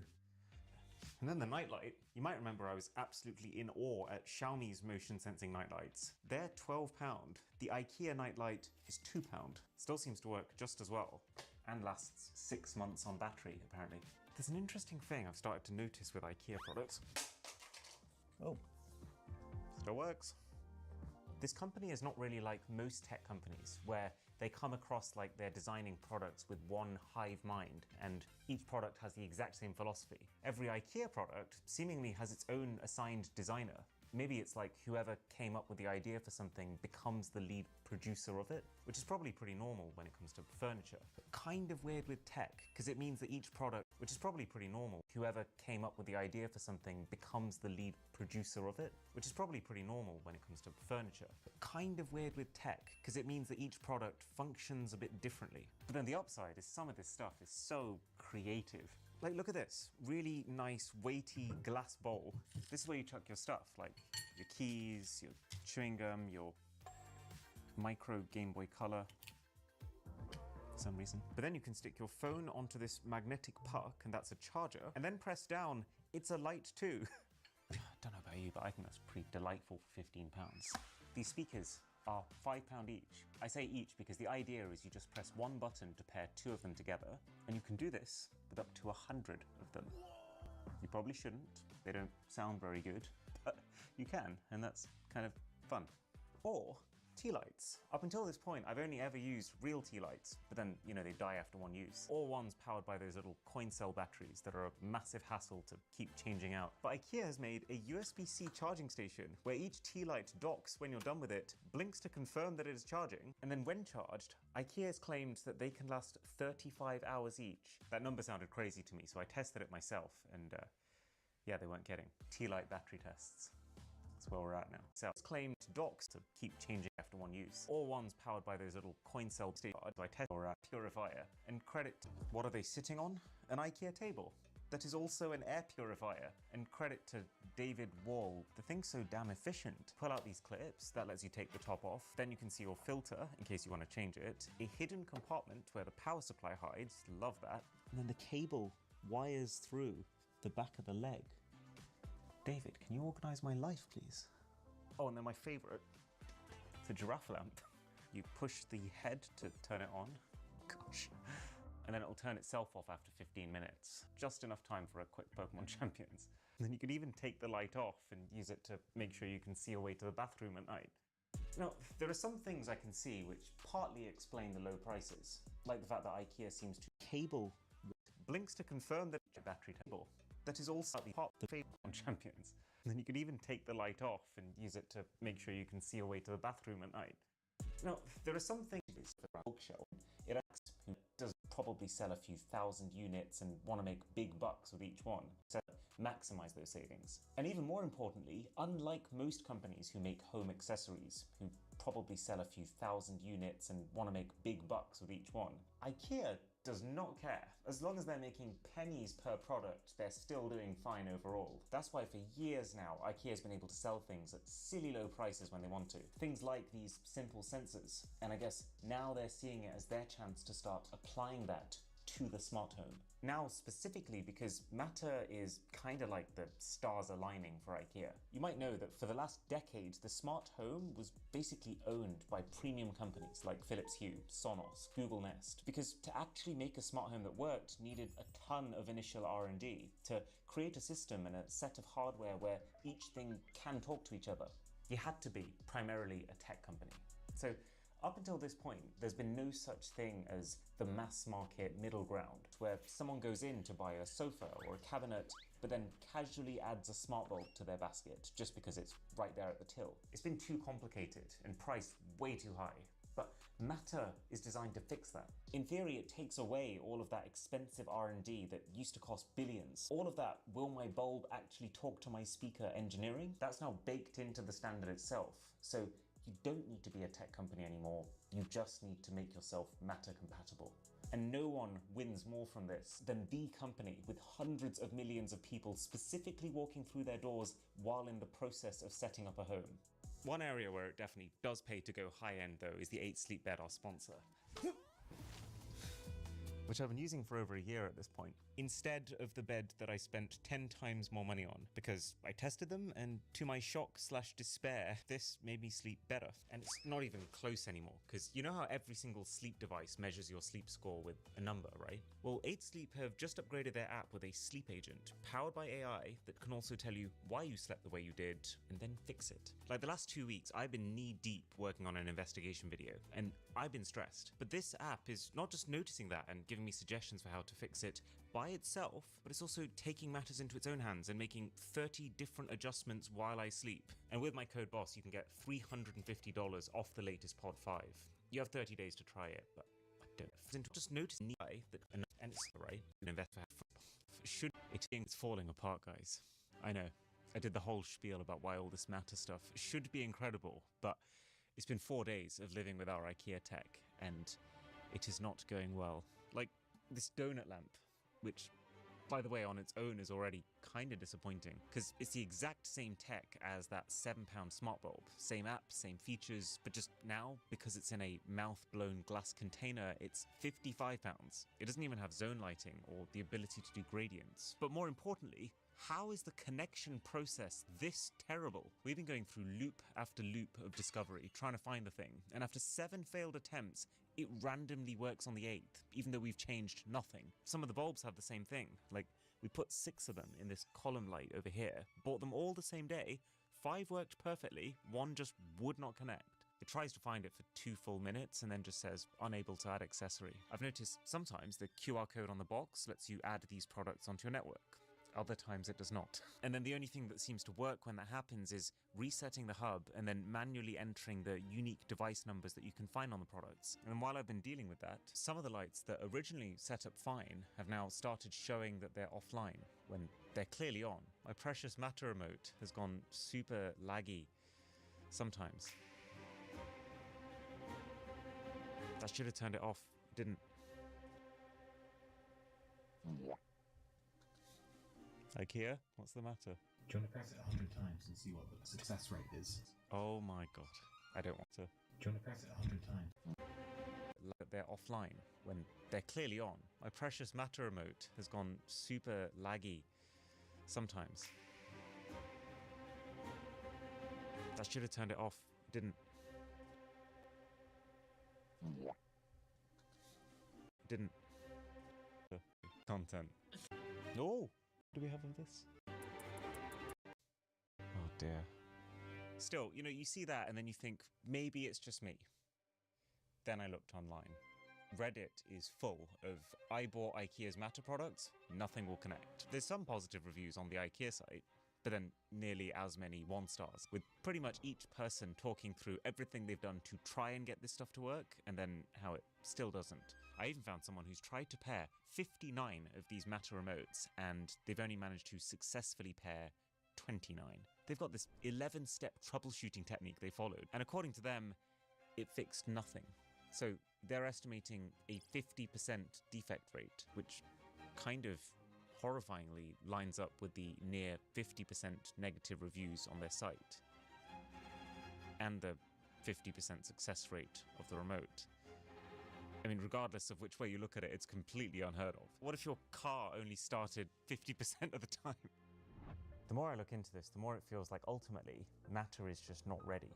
It could be, and it should be the solution, and one day it still might be, but it seems like the main companies who built Matter, Apple, Google, Amazon, etc., they invested in it because it would help to promote the idea that anyone could have a smart home, but individually, none of them actually has an incentive for it to succeed. If Matter becomes a viable mainstream smart home solution, then who's going to pay 3 times the price for a Google Nest branded doorbell? How will Amazon make sure that you also subscribe to Prime and do all of your shopping on Amazon.com? Matter will basically open up the gates for companies like IKEA to whip up something for a $5 that works just as well, and that's not going to lock you into any company's ecosystem. You'll notice as well, if you pay close attention, that Samsung has actually been really great with all this Matter stuff. Their SmartThings is usually among the first platforms to support each new Matter version, often within a few months of release. But Apple, Google, Amazon, sometimes we're talking a year behind for the same updates. And that's probably not random. Samsung is the most aggressive because Samsung has the least to protect. They don't have the dominant voice assistant or the dominant phone ecosystem. So an open standard like Matter has a lot of upsides for them. They make tons of stuff like fridges, washers, and ovens. All Matter's going to do is help those products work better. So Apple's foldable iPhone just took a huge step toward becoming reality. And this time, we're not looking at concept renders, fan-made mock-ups, or CD drawings. What just leaked are actual dummy unit images of Apple's first foldable iPhone, giving us our clearest look yet at what could be one of the most can give us before or reports have suggesting product system appears to besides. This is MKBHD's hyperfunctional and very expensive desk. And this is a functioning replica, complete with a computer that's 10 times cheaper, 2 knockoff Pro Display XDRs, and 1 item Marquez is now daily driving. The biggest difference? This entire replica, including the desk itself, costs less than just one product that Marquez is currently using. But before I can show you the full knockoff, let's have Marquez give us the full tour of his setup. All right, so it is Tuesday, January 27th, 2026, and this is my current desk setup to start the year. So this desk surface itself is huge, and it is a custom-sized Next Desk Air. The top is white aluminum, it's thin, and it's really supported all the way across, so it doesn't bow or anything like that, and it is a big enough surface to hold all of the things on my desk. Yep, it's 8 feet. The chair I've been sitting on for years now. I've talked about these since probably 15, 20 years ago. This is the Herman Miller Embody. I don't know if I've had this exact one as long, but I've had a Herman Miller Embody at my desk since college. And I graduated from college a decade ago. Oh my God. I'm so old. So I've got a bunch of accessories, peripherals, and little tiny things on my desk. So I'll get to the main stuff in a second, but I do have 2 mouse pads. One of them for the mouse, one of them for the accessories and tech that I keep in temporary ways at my desk. But it's a red artisan mouse pad. It's kind of like this perfect wine red. And this is the phones that I have not wiped yet that I may switch back to that I'm testing or using in some way. So all the other phones that I'm not testing or using anymore are in storage, but I still have my Pixel 10 Pro, my iPhone Air, and my Samsung Galaxy Trifold over here, face down on this nice soft mousepad surface. So I've got 2 power-related accessories here. One is this Belkin charger under my monitor stand, which just has a MagSafe charger, another wireless charger, and an Apple Watch charger. This kind of just slides under here. Most of the time I'm not using it, and it's just out of the way. And then I have this is pretty old, but it's a wireless charger. I think Oppo makes this. It says AirBook, so it's gotta be, yeah.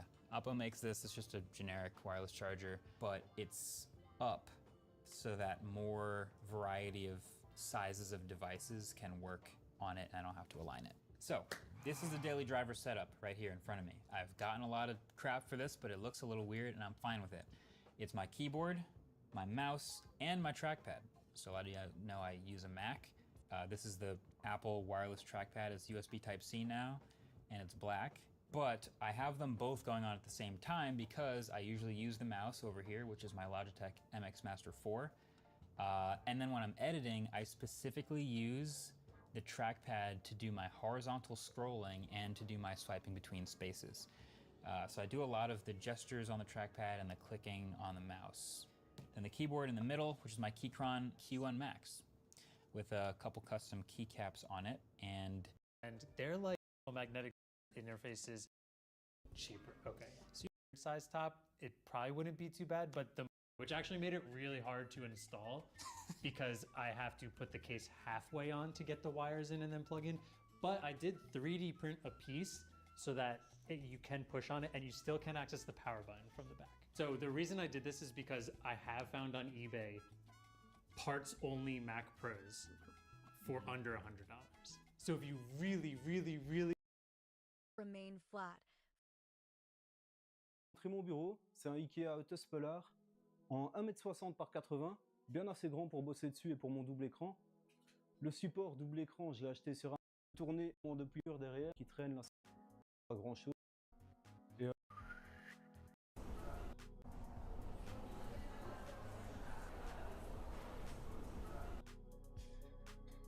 Ben voilà, moi je suis un mec du craquage, malheureusement c'est comme ça. Mais mon-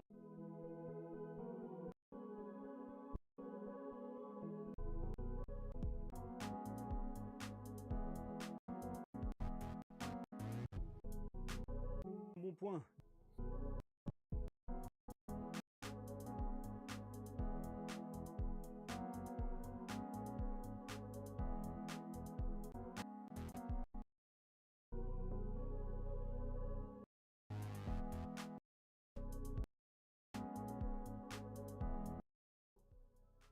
« 1,25 m, c'est pas si long en plus pour monter. De la plaque et des supports écran qui n'est pas là. De toute façon, je vais tout vous montrer correctement plus en détail. Ce que moi je trouve problématique, ce que je trouve bien. Enfin, globalement, pour les supports écran, il y a ça. Et aussi le fait, on le voit mieux ici, imprimé en 3D des petits crochets de base pour Ikea SK10. Mais voilà, comme c'est pas les plaques en bois des SK10, que c'est une plaque en métal, c'est beaucoup moins épais. Ici, cette fixation à sangle qui rentre parfaitement au-dessus, beaucoup moins bien, tient moins bien. Voilà. Et sur la barre de support derrière, nous avons ici une pièce en plastique qui se déclipse, dans laquelle on peut faire... Derrière, nous avons des crochets. Nous avons le présent dans les dessous. Ici où se trouve c'est casque, un support à crochet. Ce que je trouve un peu mal foutu, quelque chose d'autre assez bien foutu. Ma review de ce bureau Ikea, un bureau et encore en plus de ça un panneau mural. Je trouve qu'il est plutôt bien situé, même si je trouve malheureusement que les finitions auraient pu être meilleures. Mais ça reste correct pour le prix, on se comprend. Et voilà, c'est vraiment comme question, n'hésitez pas à les poser en commentaire. N'hésitez pas à lâcher un commentaire pour me donner votre avis simplement.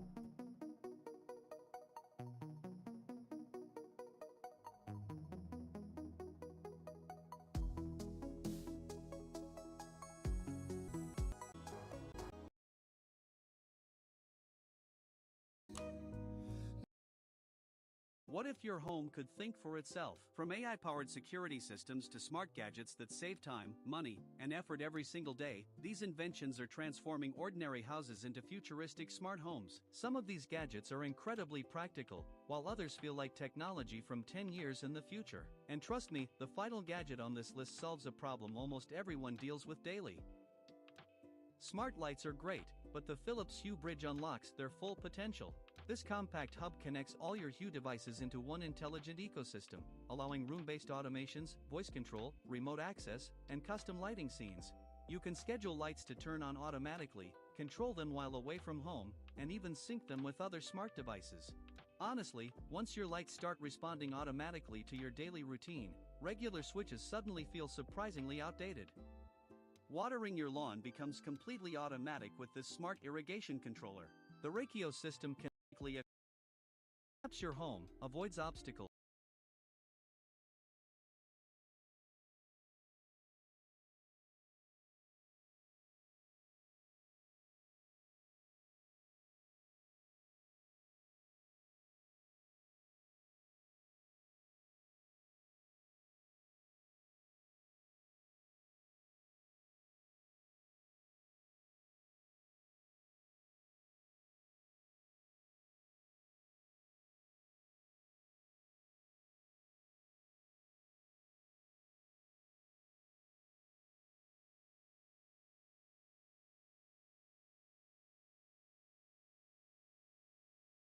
Every designer needs a good home office, so let's set one up. To start off, I wanted to add some hanging shelves and ended up going with the string shelving system. It's made up of only a few pieces and is super easy to install, but you know I had to be extra sure that my anchors were level. I got these in oak with white frames, which matches perfectly with my Ironman 1 table by Richard Lambert. It's a pretty simple design that fits all my desk essentials, but I particularly love how the chrome goes well with my comfy Eames management chair and the handy USM file cabinet. I also got this lamp from Rarefy and the Utensilo from Vitra, but we'll save that for part 2.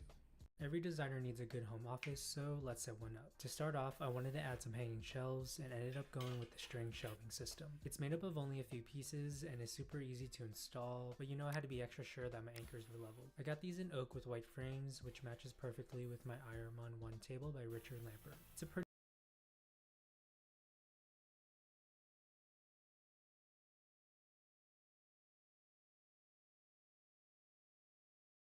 What if a few compact Amazon Office gadgets could completely transform how fast, focused, and organized you work anywhere? From sleek desk upgrades to genius productivity tools, these ultimate 40-plus Amazon Office finds are small in size but massive in impact. Whether you're working from home, traveling, or building the ultimate setup, every item in this list is designed to save time and boost efficiency. Get ready for smart solutions you didn't even know you needed. Trust me, you're going to want to see every single one, so stick around till the end.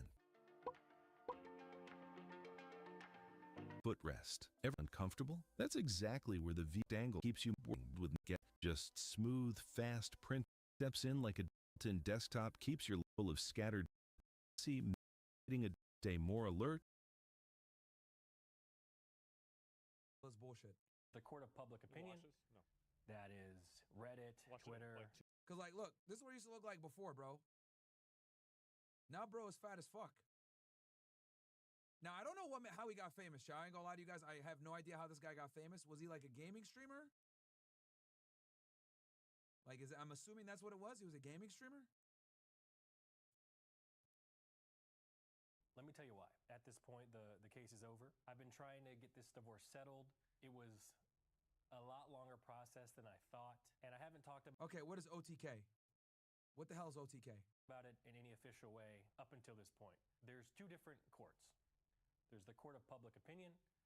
That is... Oh, shit. Let's go back to... We'll do that as I'm going. 2 minutes. All those great and wonderful places. And then there's the court of law, where I believe that was the best place to spend most of my time and focus most of my efforts. It's an influencer organization? All right, what does it stand for? One True King?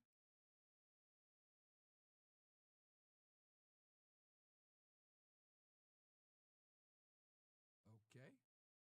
After it was settled, then we could talk about it. We could dispel any rumors or any sort of questions people had. And that's who this video is for. It's for people who genuinely are curious about what happened. I have documents here in front of me. I'm going to read them. Y'all are saying Osmond's failed org? As they are. I'm going to try my best to not have any of my opinions in here. Some of these things are a bit confusing for people. Osmond Gold started? Okay. Who don't know lawyer speak. So I'm going to do my best to explain these documents in a more Volume casual should be good way. now, right? So hopefully everyone can understand them. Keep things as plain as I can. This isn't to inflame the situation or cause any stress to anybody whatsoever. I just want to speak the truth, finally. So I want to do my best to provide an accurate timeline of what happened. The divorce was filed by Melina in January of 2025. Are we surprised? Women always file for divorce first. And a big reason why she probably filed for divorce is because she knew, as usual, like when women file for divorce, women are very strategic. She knew she'd be able to get a big payout for doing it. Right? This dude has probably made millions of dollars throughout his streaming career.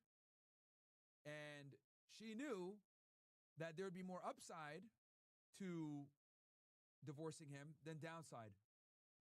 Shout for the kick. It says, Pendras, the FLGOP basically canceled any debates in the state, declaring Byron Donalds as the nominee. That's whack. The Florida GOP, you mean? Okay. We had split up the previous year. It was amicable. We tweeted about it on Twitter. Everyone saw that. And the divorce ended up being officially filed by her in, like I said, yeah, amicable, but she was still trying to take like all your money. January. I sent Melina. Guys, never get married with the state involved, bro. A 50-50 offer down the middle in April of that year. That's generous. That's generous, giving her a 50-50 offer. But we're going to see female greed coming in. She did not accept it. I did not know what of course not. She wanted out of this divorce until mediation. Yeah, this is what made it take so long. Is like Melina didn't want to take the 50-50, which is what was crazy. I don't know why that didn't happen. Which was actually... because she knows that the family courts are rigged and she could get more. That's why. It's that simple. Right? Because family courts are fucking rigged and they can get more. So why not go for more? Guarantee her lawyer was in her ear saying, no, you can go for 60. You know, we can get this much, we can get that much. Because here's the thing, right? I've told you guys this before. No one watches female streamers. They suck. They're not interesting. They're not entertaining. So she knew that this was going to be her last, like, fucking, you know, gold rush. So she's like, all right, I'm going to get my pound of flesh here. And just so y'all know, she's probably been plotting this just to be super, you know, let's really fucking, you know, dig in here. I guarantee you, she's been planning this shit for like well over a year before she actually filed a divorce. Guaranteed. She's probably been talking to a family lawyer / divorce lawyer for over a year, plotting this shit. Right? Probably had secret meetings set up, meant to go meet, consult. You know, how much do you think I could get? What should we do? How should we go about this? So by the time she handed his fat ass the papers, she already had her strategy ready to go. And the only reason she had the audacity to ask for more is because she knows she could get more. The family court system in America is cooked. His probably main saving grace, I don't think they have kids. So that saved him. This is why you always sign a prenuptial agreement, bro. And then you probably want to sign a postnuptial agreement too. Like, you don't get anything. All the money I make, I keep, and you don't get none of that shit.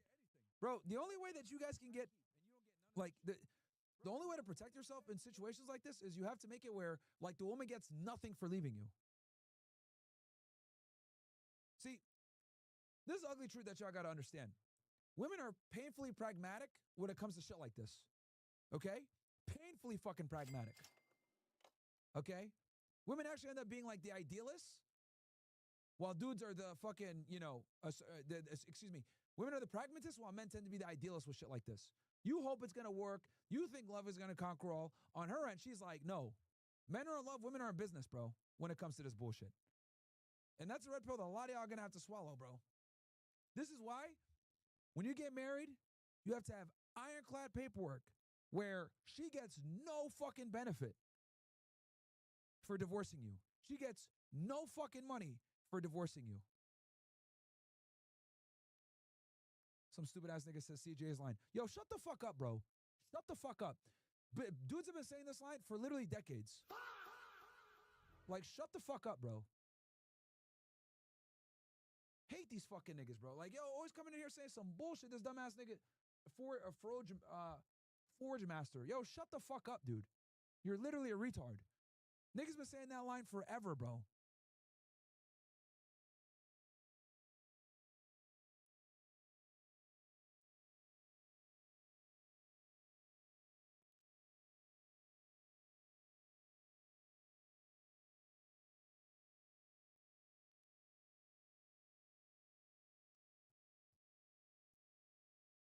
So fucking retarded, bro.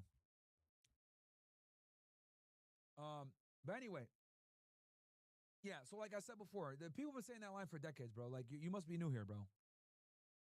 Everyone wants to come out and be like, oh, that's my line. Shut up, nigga. No, it's not.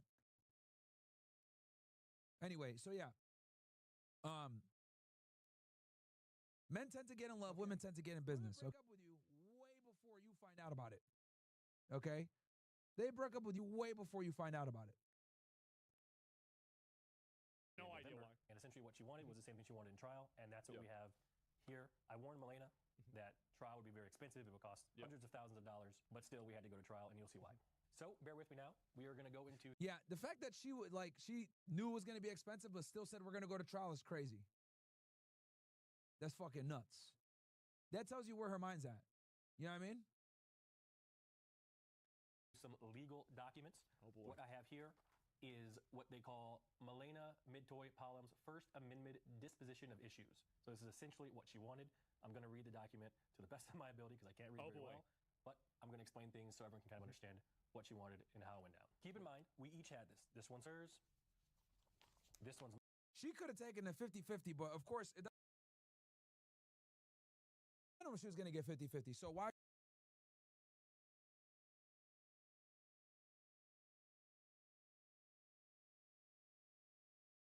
This right here is the... The arrival of Grand Theft Auto 6. Number 1, we have MHD Stickney Gaming Space. For players who enjoy creating a themed gaming environment, a well-placed decal can tie everything together and add an extra touch of character to the room. A6 deserves a display that can WD Black Sash N850 Advancement 50 and GTS is an ideal controller charging dock that helps bring the world of guns and a light actively playing or relaxing during cutscene. Ergonomic features we have GT Player Ace Pro, gaming chair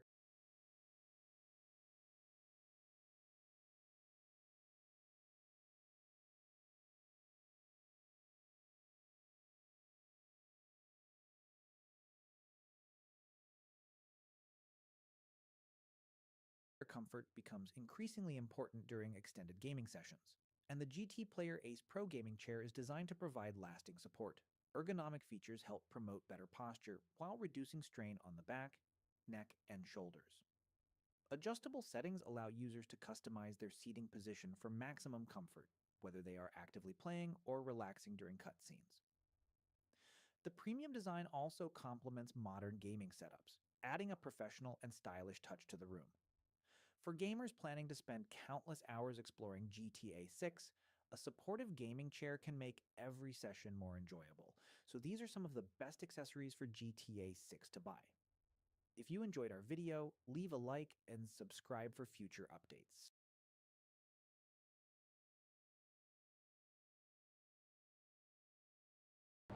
It's amazing that it really just looks like a gigantic OLED TV. Yeah, well, it's nice to meet you again. Yeah, same. Jeremy, of course, with Ventana.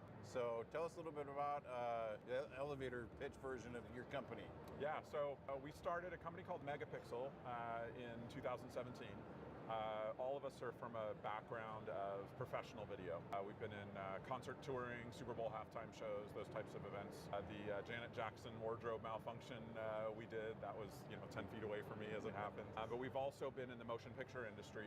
We did, that was 10 feet away from me, of professional video. We've been in concert touring, Super Bowl halftime shows, those types of events. The Janet Jackson wardrobe malfunction we did, that was 10 feet away from me as it happened. But we've also been in the motion picture industry for over 20 years. And we've been putting LEDs on camera for that long. Zodiac was the first feature film that we put LEDs on. That was back in 2004. So a lot of people see Mandalorian and they say, wow, that's some amazing technology, but it's actually just catching up now that the public is aware of those kinds of things, but features have been using it for quite a while. Gravity was another big one. First Man was another big one. So incrementally every year we've been making some awesome improvements to this part of the ecosystem. But a few years ago we actually said, you know what, this technology should be in the home. At the time though, there was nothing that was made for residential usage. All of this technology for corporate and for professional use is big and bulky and heavy, and it needs to be because it's typically rented. So you rent it like a car. You use it for a week, you put it back, it goes to a shop. So something might be on an auto show today, and then next week it's on a game show, then it's at CES. And it needs to be very industrial and reliable in those aspects. But for the home, too bulky, too much heat, too much power, those kind of things. And so we took all of this technology and we distilled it down into something very, very thin, lightweight, super easy to install, very living room focused, if you will. And we created a brand called Ventana that we sell the micro LED tile under. Very cool. So it'd be because as we walk around these shows, I want to say about 5 years ago, we started seeing these micro LEDs. And I mean, every year they come and go, and there's lots of startups. You guys are anything but a startup. You're kind of the original. Yeah, we've been around for a very long time. Our engineering team has been behind a lot of these instrumental changes throughout the industry over literally decades. And this is the first time, though, that we're coming out in front of the public and actually branding our own LED tile. Typically, before this, because of how powerful we are in the processing field, we drive a lot of displays from third parties. We OEM to Sony, we OEM to LG, and other companies that are really large in this space, but we wanted to create something that was hyper-focused on home entertainment, and this is what we made. Got it, that makes sense. One thing we've noticed as customers are becoming, and as the homeowners are becoming aware of this and realizing I can put this in my home, they're like, hey, how can I get it? Yep. And they don't realize that it's kind of a kit system, so you have to buy parts from different things. It's like a computer. You've got your computer screen, you got your video card, you got the computer that drives the graphics or processor. One cool thing about you guys is, like you said, you build and OEM that to everybody, but for you, it's all in-house. Right, yeah, we have the entire vertical film style, and it means 8K to give. I think it's probably looks physically nicer, and I think this is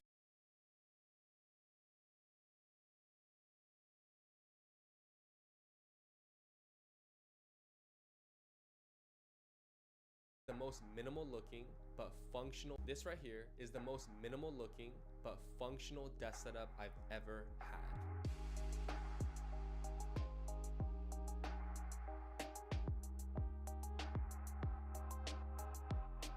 My name is Edward Lee and I'm a content creator based in Seattle. And if you follow this channel, you know that I've had quite a few desk setups over the years and even set ones up for others. But it's been kind of a long time since I've worked on a desk setup, and it's because I got busy, they started to all look the same, and it just wasn't as fun for me anymore. But I recently came across the Grove Made desk. First things first, let's tour my current desk setup itself. For computer screens, I'm using two Apple Studio displays. One is a VESA-mounted version with a monitor arm to use in a vertical orientation, and the other is a height and tilt adjustable model. Now, the Studio display is a nice monitor, but to be totally honest, I mainly bought it for the aesthetics. For audio though, we have the same Audio Engine A2 Plus speakers that I've been using for pretty much over 5 years now, and they've held up super nicely and still sound great. I'm no audiophile, but these are perfectly fine for me. So for the MacBook docking and hub, we have the CalDigit TS4. This allows me to get more out of my MacBook so I can dock it and have more ports like I need, like Thunderbolt ports, USB ports, SD card slot, headphone jack, and Ethernet. Now, to the right of that, I have my MagSafe coaster. Now, this is a product that I designed myself, and I actually have units to sell, but it doubles as a mag charger and also a coaster. It's kind of a neat little thing that I made. I feel like it's a V1 of what could be, but honestly, it's pretty functional. I've been using it a lot. For keyboard and mouse, we have an Apple keyboard, Apple trackpad on the left, and a Logitech MX Master 4 on the right. Now, all of these peripherals are sitting on top of the matte Grove Made Studio pad in black and walnut. Now, this desk mat, I must say, is easily one of the nicest products Grove Made has ever made. It not only looks amazing, but it also has a lot of functionality. It allows you to have quick access to things. You can kind of prop up like an iPad or your phone or some notes. It also has a good track system here for pens or small storage for things while you're working. Now, where this desk really shines, and what you probably clicked on this video for, is what's underneath. Now, for starters, we have this massive desk drawer that has a ton of storage and function. And for my setup, this is where I dock my MacBook with a hidden cable that is fed through the back. I also use this drawer to store my iPad and my headphones. And even though I don't pull it out all the way, I have access to things that I need on a regular basis, like my SSDs, remote controllers, SD cards, and pens. The best part, all of these accessories are plugged into the integrated power strip, so there's only one cable that leaves the desk into the wall to power everything. But a little more on cable management later. You see, Grove Made has been in the desk accessory space each time for many adding more years now. features, more Why did it ideas take them until so it's almost long beyond to what I make could a actually desk? build. But I guess And the only way to find out if it's possible what they really is to wanted attempt to to make make it real. didn't exist And not on some the market boring yet. regular coffee So table, more they like had an to start espresso from table. scratch.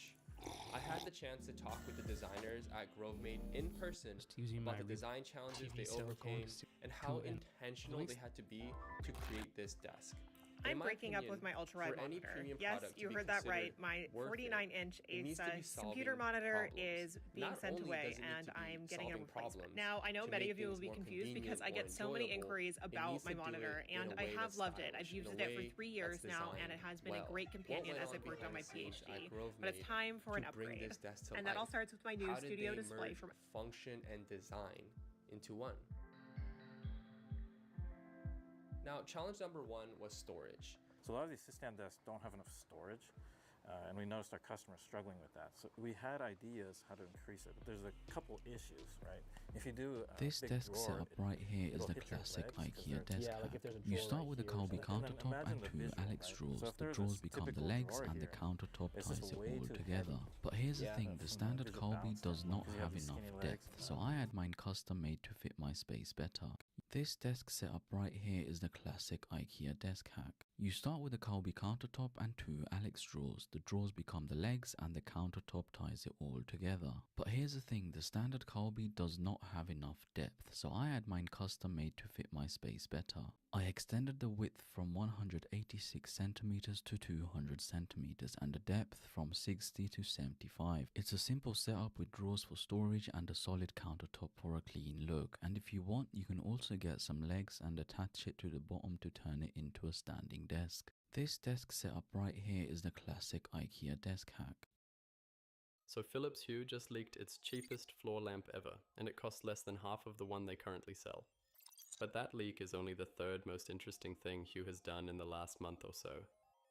Because one new feature just quietly split the Hue lineup in two, and many people buying their first kit this summer have no idea.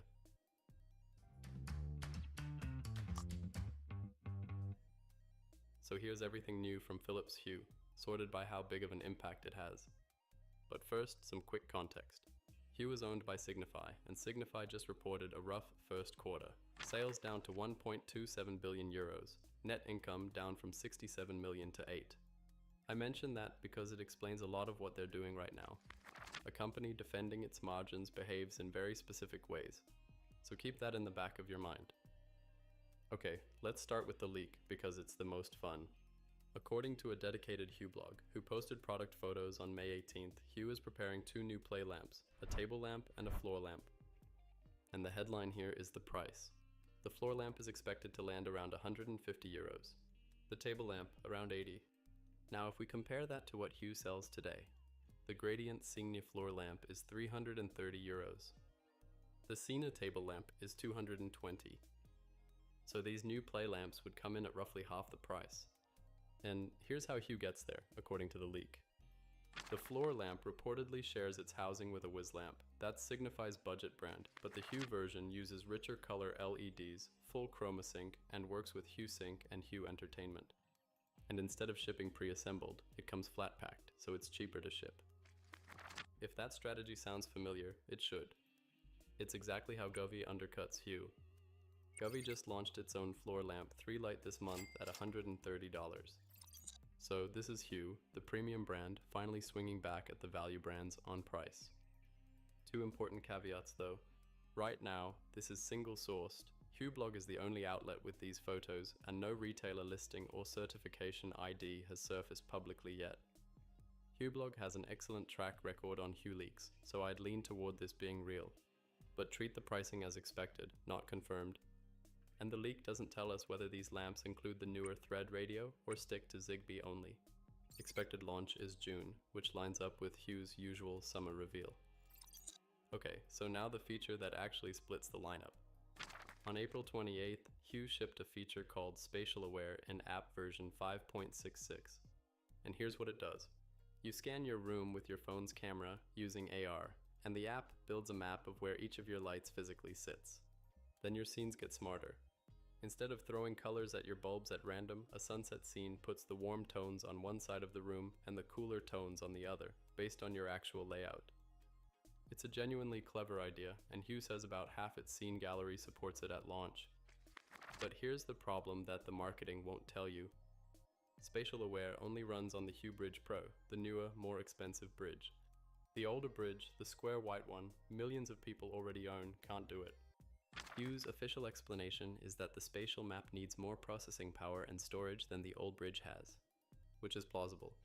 It's also very convenient for a company that just nudged the Bridge Pro's European price up by 10 euros in March. I'm not saying the technical reason is fake.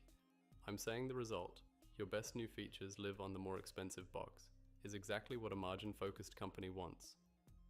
And Spatial Aware isn't flawless yet. HueBlog's early testing found it only works on rooms, not zones, which is a real problem if you have an open plan space. And it struggles to map light strips that curve or bend instead of running in a straight line. Another thing I want to be clear about because I've seen it confused already. Spatial Aware is not presence detection. It does not sense people in the room like an Aqara FP2 does. It's a one-time scan for color placement, nothing more. Hue still doesn't have a true presence sensor. And that means the Bridge Pro's killer app right now is really Spatial Aware plus the higher device ceiling, up to 150 lights and 50 accessories versus 63 on the old bridge. If you're already deep into Hue, that ceiling alone might be the reason to upgrade. Spatial Aware is a bonus on top. Which brings us to the most timely story, and this one is fully confirmed. On May 6th, Signify officially announced Hue Sports Live.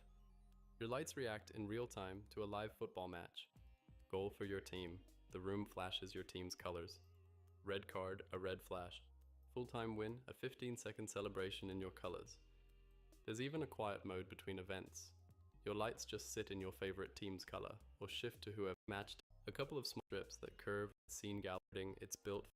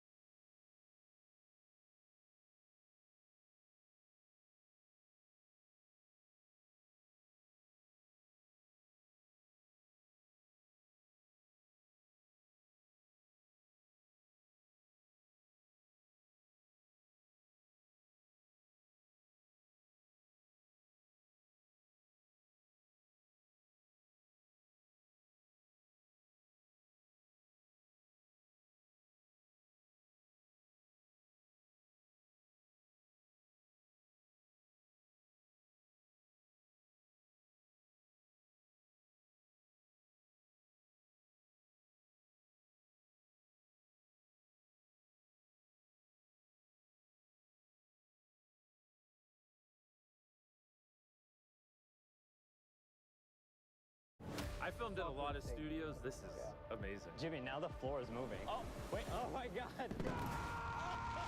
For the first time, I'm getting to see people watch the show. Some of the most influential critics and press are sitting in a theater right now. How's it going, everybody? Reviews for the first season of Beast Games were pretty harsh. Imagine 15 very high-end Lamborghinis roaring through the city. Listen to that bad boy! It was insane. I've never seen studio space that big. You could fit the pyramids in this building. This is my dream, seeing this much studio space. You know, I want to build one of the largest companies on earth. The bar for normal shows here, our bar's in the cloud. We want to build more content across the internet and traditional TV, even theatrical release. Oh! They call this place the edge of the world. My heartbeat is abnormally high. I don't know if Jimmy's nervous, but I definitely am. I've read every single review. I'm down to admit when we're wrong. Do you think this will perform better or worse than season 1? I have never talked about this before. Not on a podcast, not on my channel, not anywhere besides this series right here. You guys ready to watch season 2?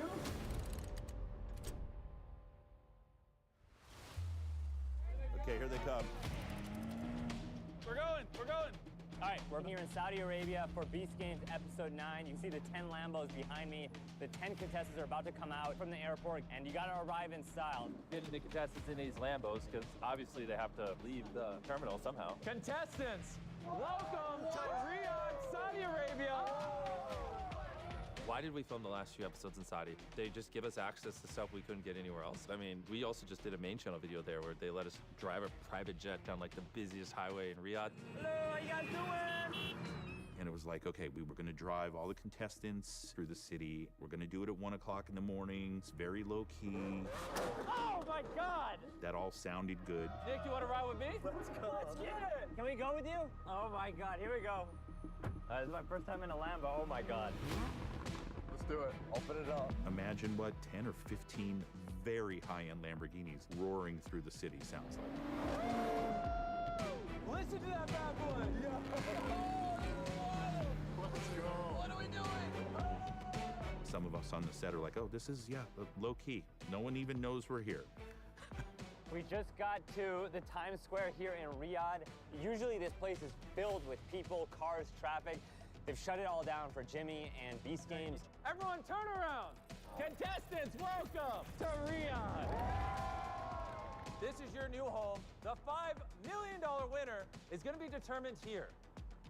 We had just filmed like 12 hours straight, and we ended up, instead of going to sleep, we got invited to go like scout all of their studio spaces, which was really cool. It was insane. I've never seen studio space that big. How many square meters? 6,000. Ready? So this is bigger than both our studios combined. Space is such a huge bottleneck for me. And you might think, well, there's studio space everywhere, but does that studio space have pillars, right? The second they have pillars, I can't build this giant 40,000 square feet set. And then is the ceiling tall? Well, if the ceiling's not tall enough, I can't get a wide shot. So to find a big enough studio space that doesn't have pillars, that has a tall ceiling, and then multiple of them near each other, because you don't want to film in one studio and then have to fly 1,000 people to a different studio. That's tens of millions of dollars. I'm telling you, like, you could fit the pyramids in this building. I filmed in a lot of studios. This is amazing. As I'm walking through there, I'm like, I could film anything here, and I don't have to make trade-offs. We want to build more content across the internet and traditional TV and even theatrical release. You know, I want to build one of the largest companies on earth and put out a lot of great content where I'm not a bottleneck. There's like this thing in Riyadh with like this giant curved screen. Like all over Hollywood, they're shooting on more sets like this, and basically you can make it look like you're anywhere in the world. If you want to be on Mars, you can be on Mars. It's what they filmed The Mandalorian on, which is kind of cool. It's called The Volume. It's sick. We had something unfortunate come up, so we're actually back in New York. We have to leave Saudi. But, they're switching it. Oh, wow. Wait, where are we now? It's Grand Central Station in Manhattan. Can we see the jungle scene? Oh, wait. Oh my God. They can make it rain indoors, which is funny because I'd seen enough rain at this point. I didn't want to see any more rain, but that type of tech is really cool. And we can make some of the crazy stuff in the next few scenes in there. You can see the dinosaur. That was part of their... It's the fact that they move at beast speed. Oh my God. Wait, which one do we get in? So we're going to the back lot right now in the middle of the desert, mountains all around us. You got the biggest like film studio, sound stages. Oh wow, there's a pool? You film like ocean scenes in there? Yeah, we have a wave system and a rain system here. Wow. So if you want to film like a Titanic scene. Titanic, Pirates of the Caribbean. Wow. Oh my God.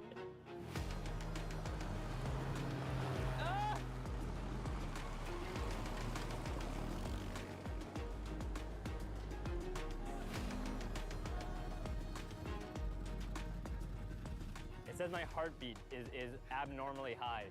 I wonder why. All right, the guys from the studio just drove us to one of the highest points in Saudi by their sound stages, and you could see where they filmed a huge show called Takeshi's Castle. It was a big-time game show in Japan, and they brought it here to Saudi to do an Arabic version. You can see the dinosaur that was part of their obstacle course as part of the game show.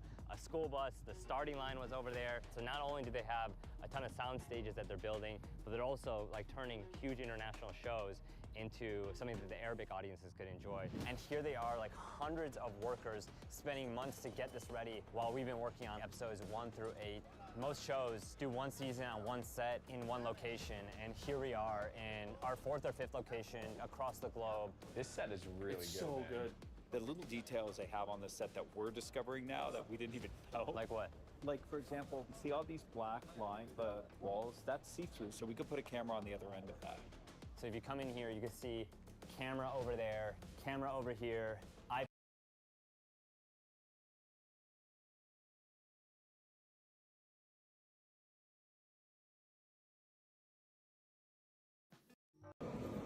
Here are 5 colder work.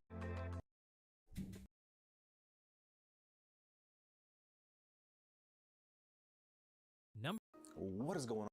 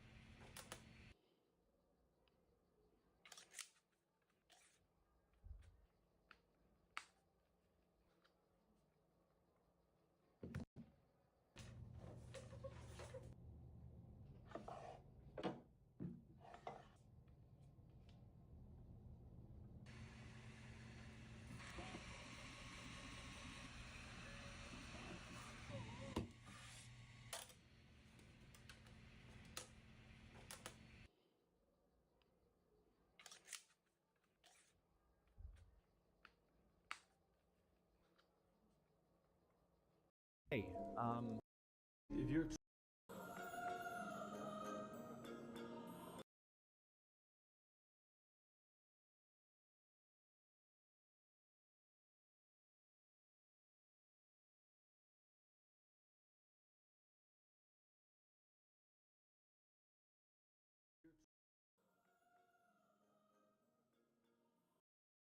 This is vertical harvest. Sitting on half an acre of land, it produces as much food as an equivalent 250-acre farm.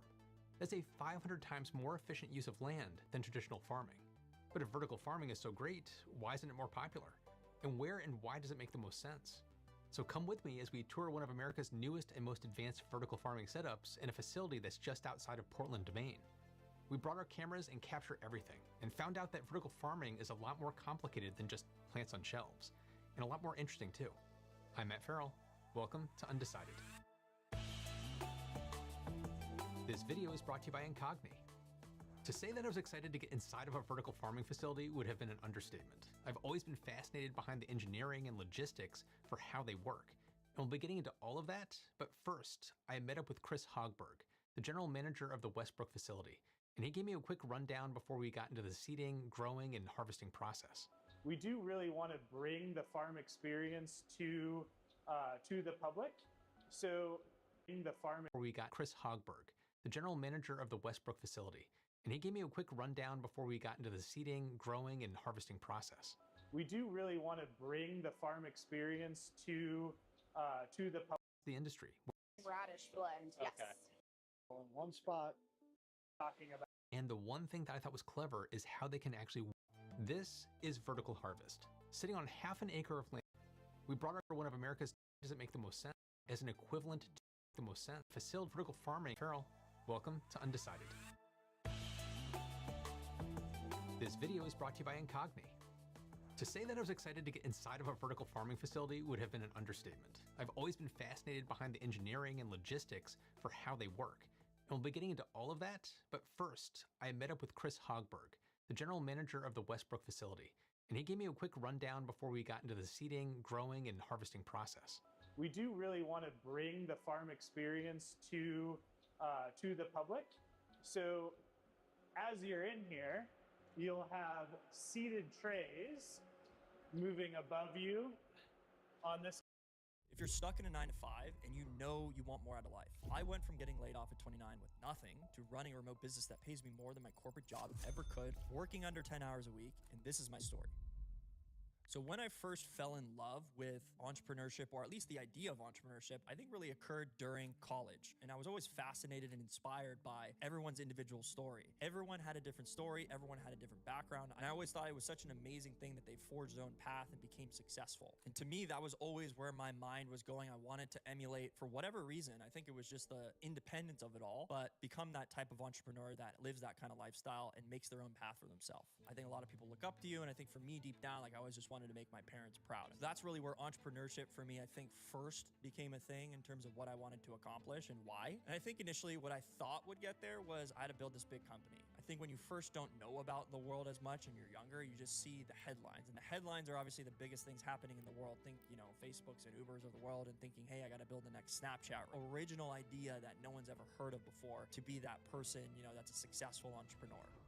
So my journey into entrepreneurship is a little bit back and forth is what I'll say. Right out of school and college, I actually joined a cleaning startup and worked there for a few years. And that was my first exposure to entrepreneurship, but not actually the person who started the company, right? So trying to get exposure through that, I learned a lot about processes and scaling through that journey. So I can tell you from firsthand experience, I did all kinds of dumb business ideas. I did things like, hey, let's start doing music, right? That lasted for, you know, under 6 months until I realized there's no money in that unless you're at the very top. I tried to do an Amazon FBA business, right? So I bought stuff from China, put it into my garage. I sold some of it, not many of it. I even tried day trading, which I think if any of you have tried it, it's one of the worst business models out there because you're literally competing against hedge funds with millions and sometimes billions of dollars and the smartest people in the world. And I even tried to do my own social media marketing agency, right? So I literally tried most things that everyone would see online and failed at every one. My mindset during that time was like, I got to get out of this situation and I'm just going to try something until it works.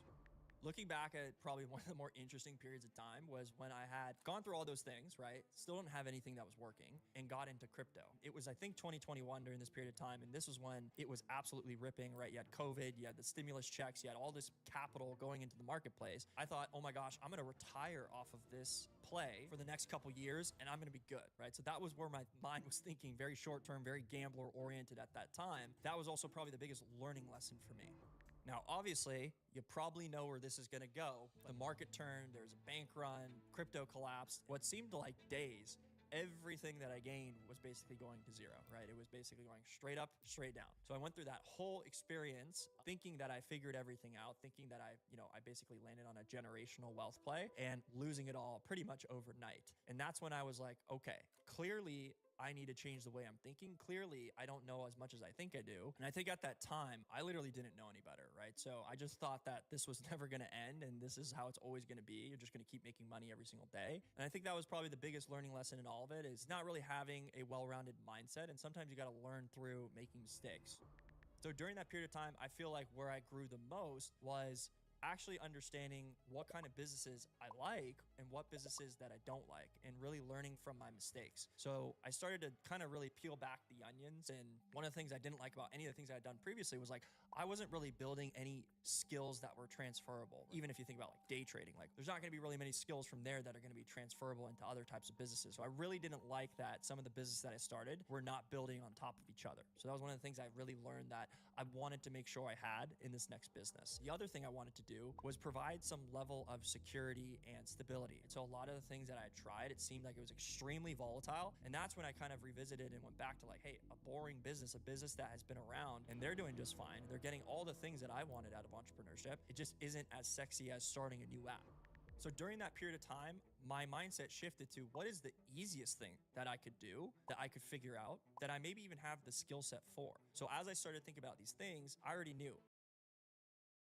I worked at a cleaning startup. I knew that it worked. I knew that it was boring. I knew that it was predictable. On top of that, technology had now advanced to the point where I could get into this just by myself. I really had success doing this very quickly. I'm not gonna lie. It wasn't something where I was like struggling a ton right out the gate. I pretty much was cash flowing from month one and just built the business from there. So I kind of knew I was on the right track from the start. And I think that was one of the things that I really liked about this business. It's like, I think what gave me a lot of comfort was like, okay, I'm getting quick wins. I'm winning. Okay, this feels good. Let's just keep doing and scaling through that journey. So I can tell you from firsthand experience, I did all kinds of dumb business ideas. I did things like, hey, let's start doing music, right? That lasted for, under 6 months until I realized there's no money in that unless you're at the very top. I tried to do an Amazon FBA business, right? So I bought stuff from China, put it into my garage. I sold some of it, not many of it. I even tried day trading, which I think if any of you have tried it, it's one of the worst business models out there because you're literally competing against hedge funds with millions and sometimes billions of dollars and the smartest people in the world. And I even tried to do my own social media marketing agency, right? So I literally tried most things that everyone would see online and failed at every one. My mindset during that time was like, I got to get out of this situation and I'm just going to try something until it works. Looking back at probably one of the more interesting periods of time was when I had gone through all those things, right? Still didn't have anything that was working and got into crypto. It was, I think, 2021 during this period of time. And this was when it was absolutely ripping, right? You had COVID, you had the stimulus checks, you had all this capital going into the marketplace. I thought, oh my gosh, I'm going to retire off of this play for the next couple years and I'm going to be good, right? So that was where my mind was thinking, very short term, very gambler oriented at that time. That was also probably the biggest learning lesson for me. Now, obviously, you probably know where this is going to go. The market turned, there was a bank run, crypto collapsed. What seemed like days, everything that I gained was basically going to zero, right? It was basically going straight up, straight down. So I went through that whole experience thinking that I figured everything out, thinking that I basically landed on a generational wealth play and losing it all pretty much overnight. And that's when I was like, okay, clearly I need to change the way I'm thinking. Clearly, I don't know as much as I think I do. And I think at that time, I literally didn't know any better, right? So I just thought that this was never going to end and this is how it's always going to be. You're just going to keep making money every single day. And I think that was probably the biggest learning lesson in all of it is not really having a well-rounded mindset. And sometimes you got to learn through making mistakes.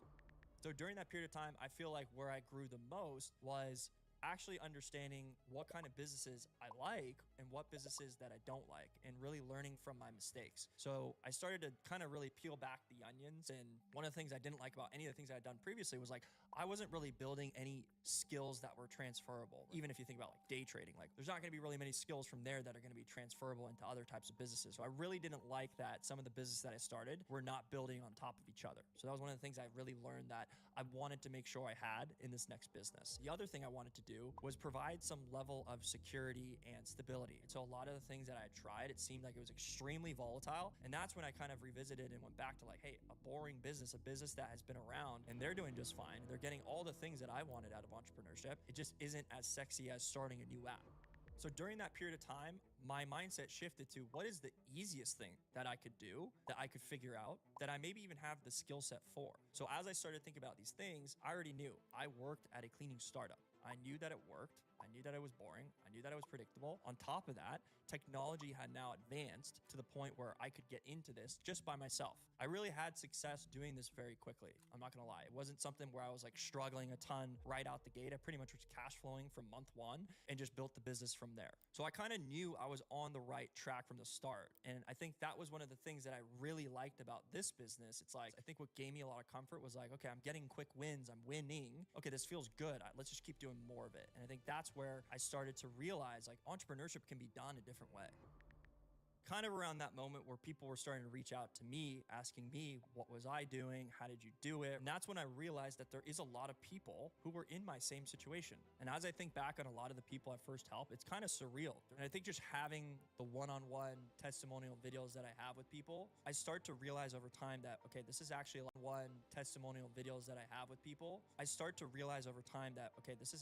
bigger than me. That's where I think I get a lot of fulfillment is like, I'd love to help more people realize that there is another option out there and feel like they can live the life that they want to live.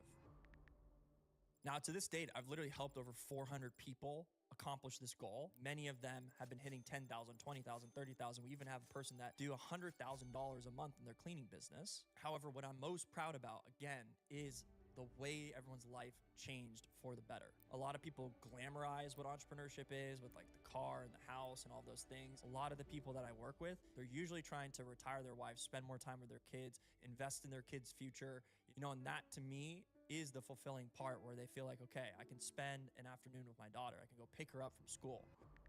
So for anyone still listening to my story and still watching, I think the biggest lesson that I've learned from this whole journey of entrepreneurship, and I know it's cliche, but you can't give up. Even if you do something and it doesn't work out, you have to see that as a learning lesson to get to your next place. And I know a lot of people come into entrepreneurship for the outcome, but I think what you learn is the perspective through this whole journey. If there's one thing I want you to take away from my story, I just want you to know that it's possible. Because if it's possible and you can see that other people are doing it, there's no reason why you can't either. So that's my story. And the reason I'm telling you this isn't just so you know who I am. It's because I don't want you to make the same mistakes I did, especially if you're trying to leave a 9-to-5, build a business, and be financially free. Thanks, guys, and I'll see you on the next one.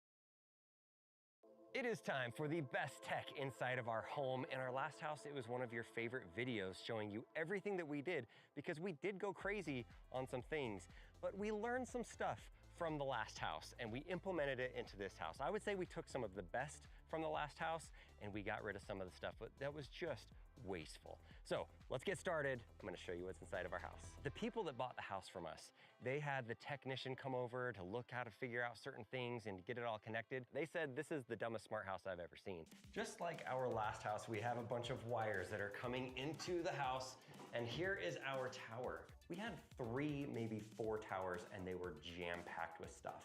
It turns out a lot of that stuff was like pretty cool and it was nice, but it also was very expensive and a lot of it just didn't talk well together. So much so that somebody would ring the doorbell.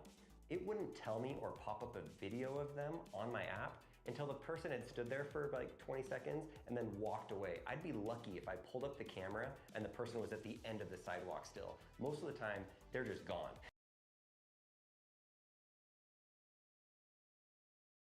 So there's one thing that we don't have control for, but we do have our smart tower here, and the thing that we would not sacrifice on is the internet.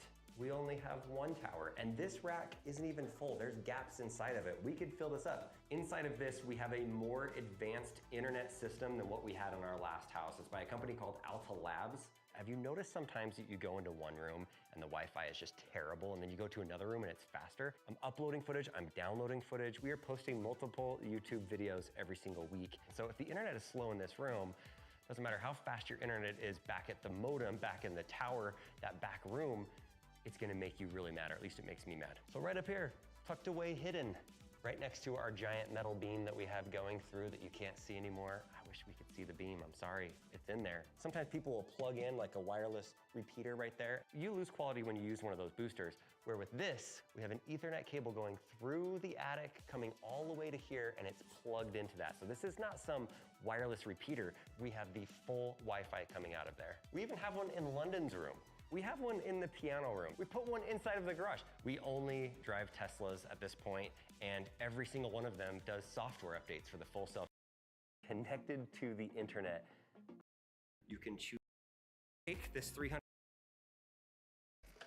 Ooh, this whole thing is connected via.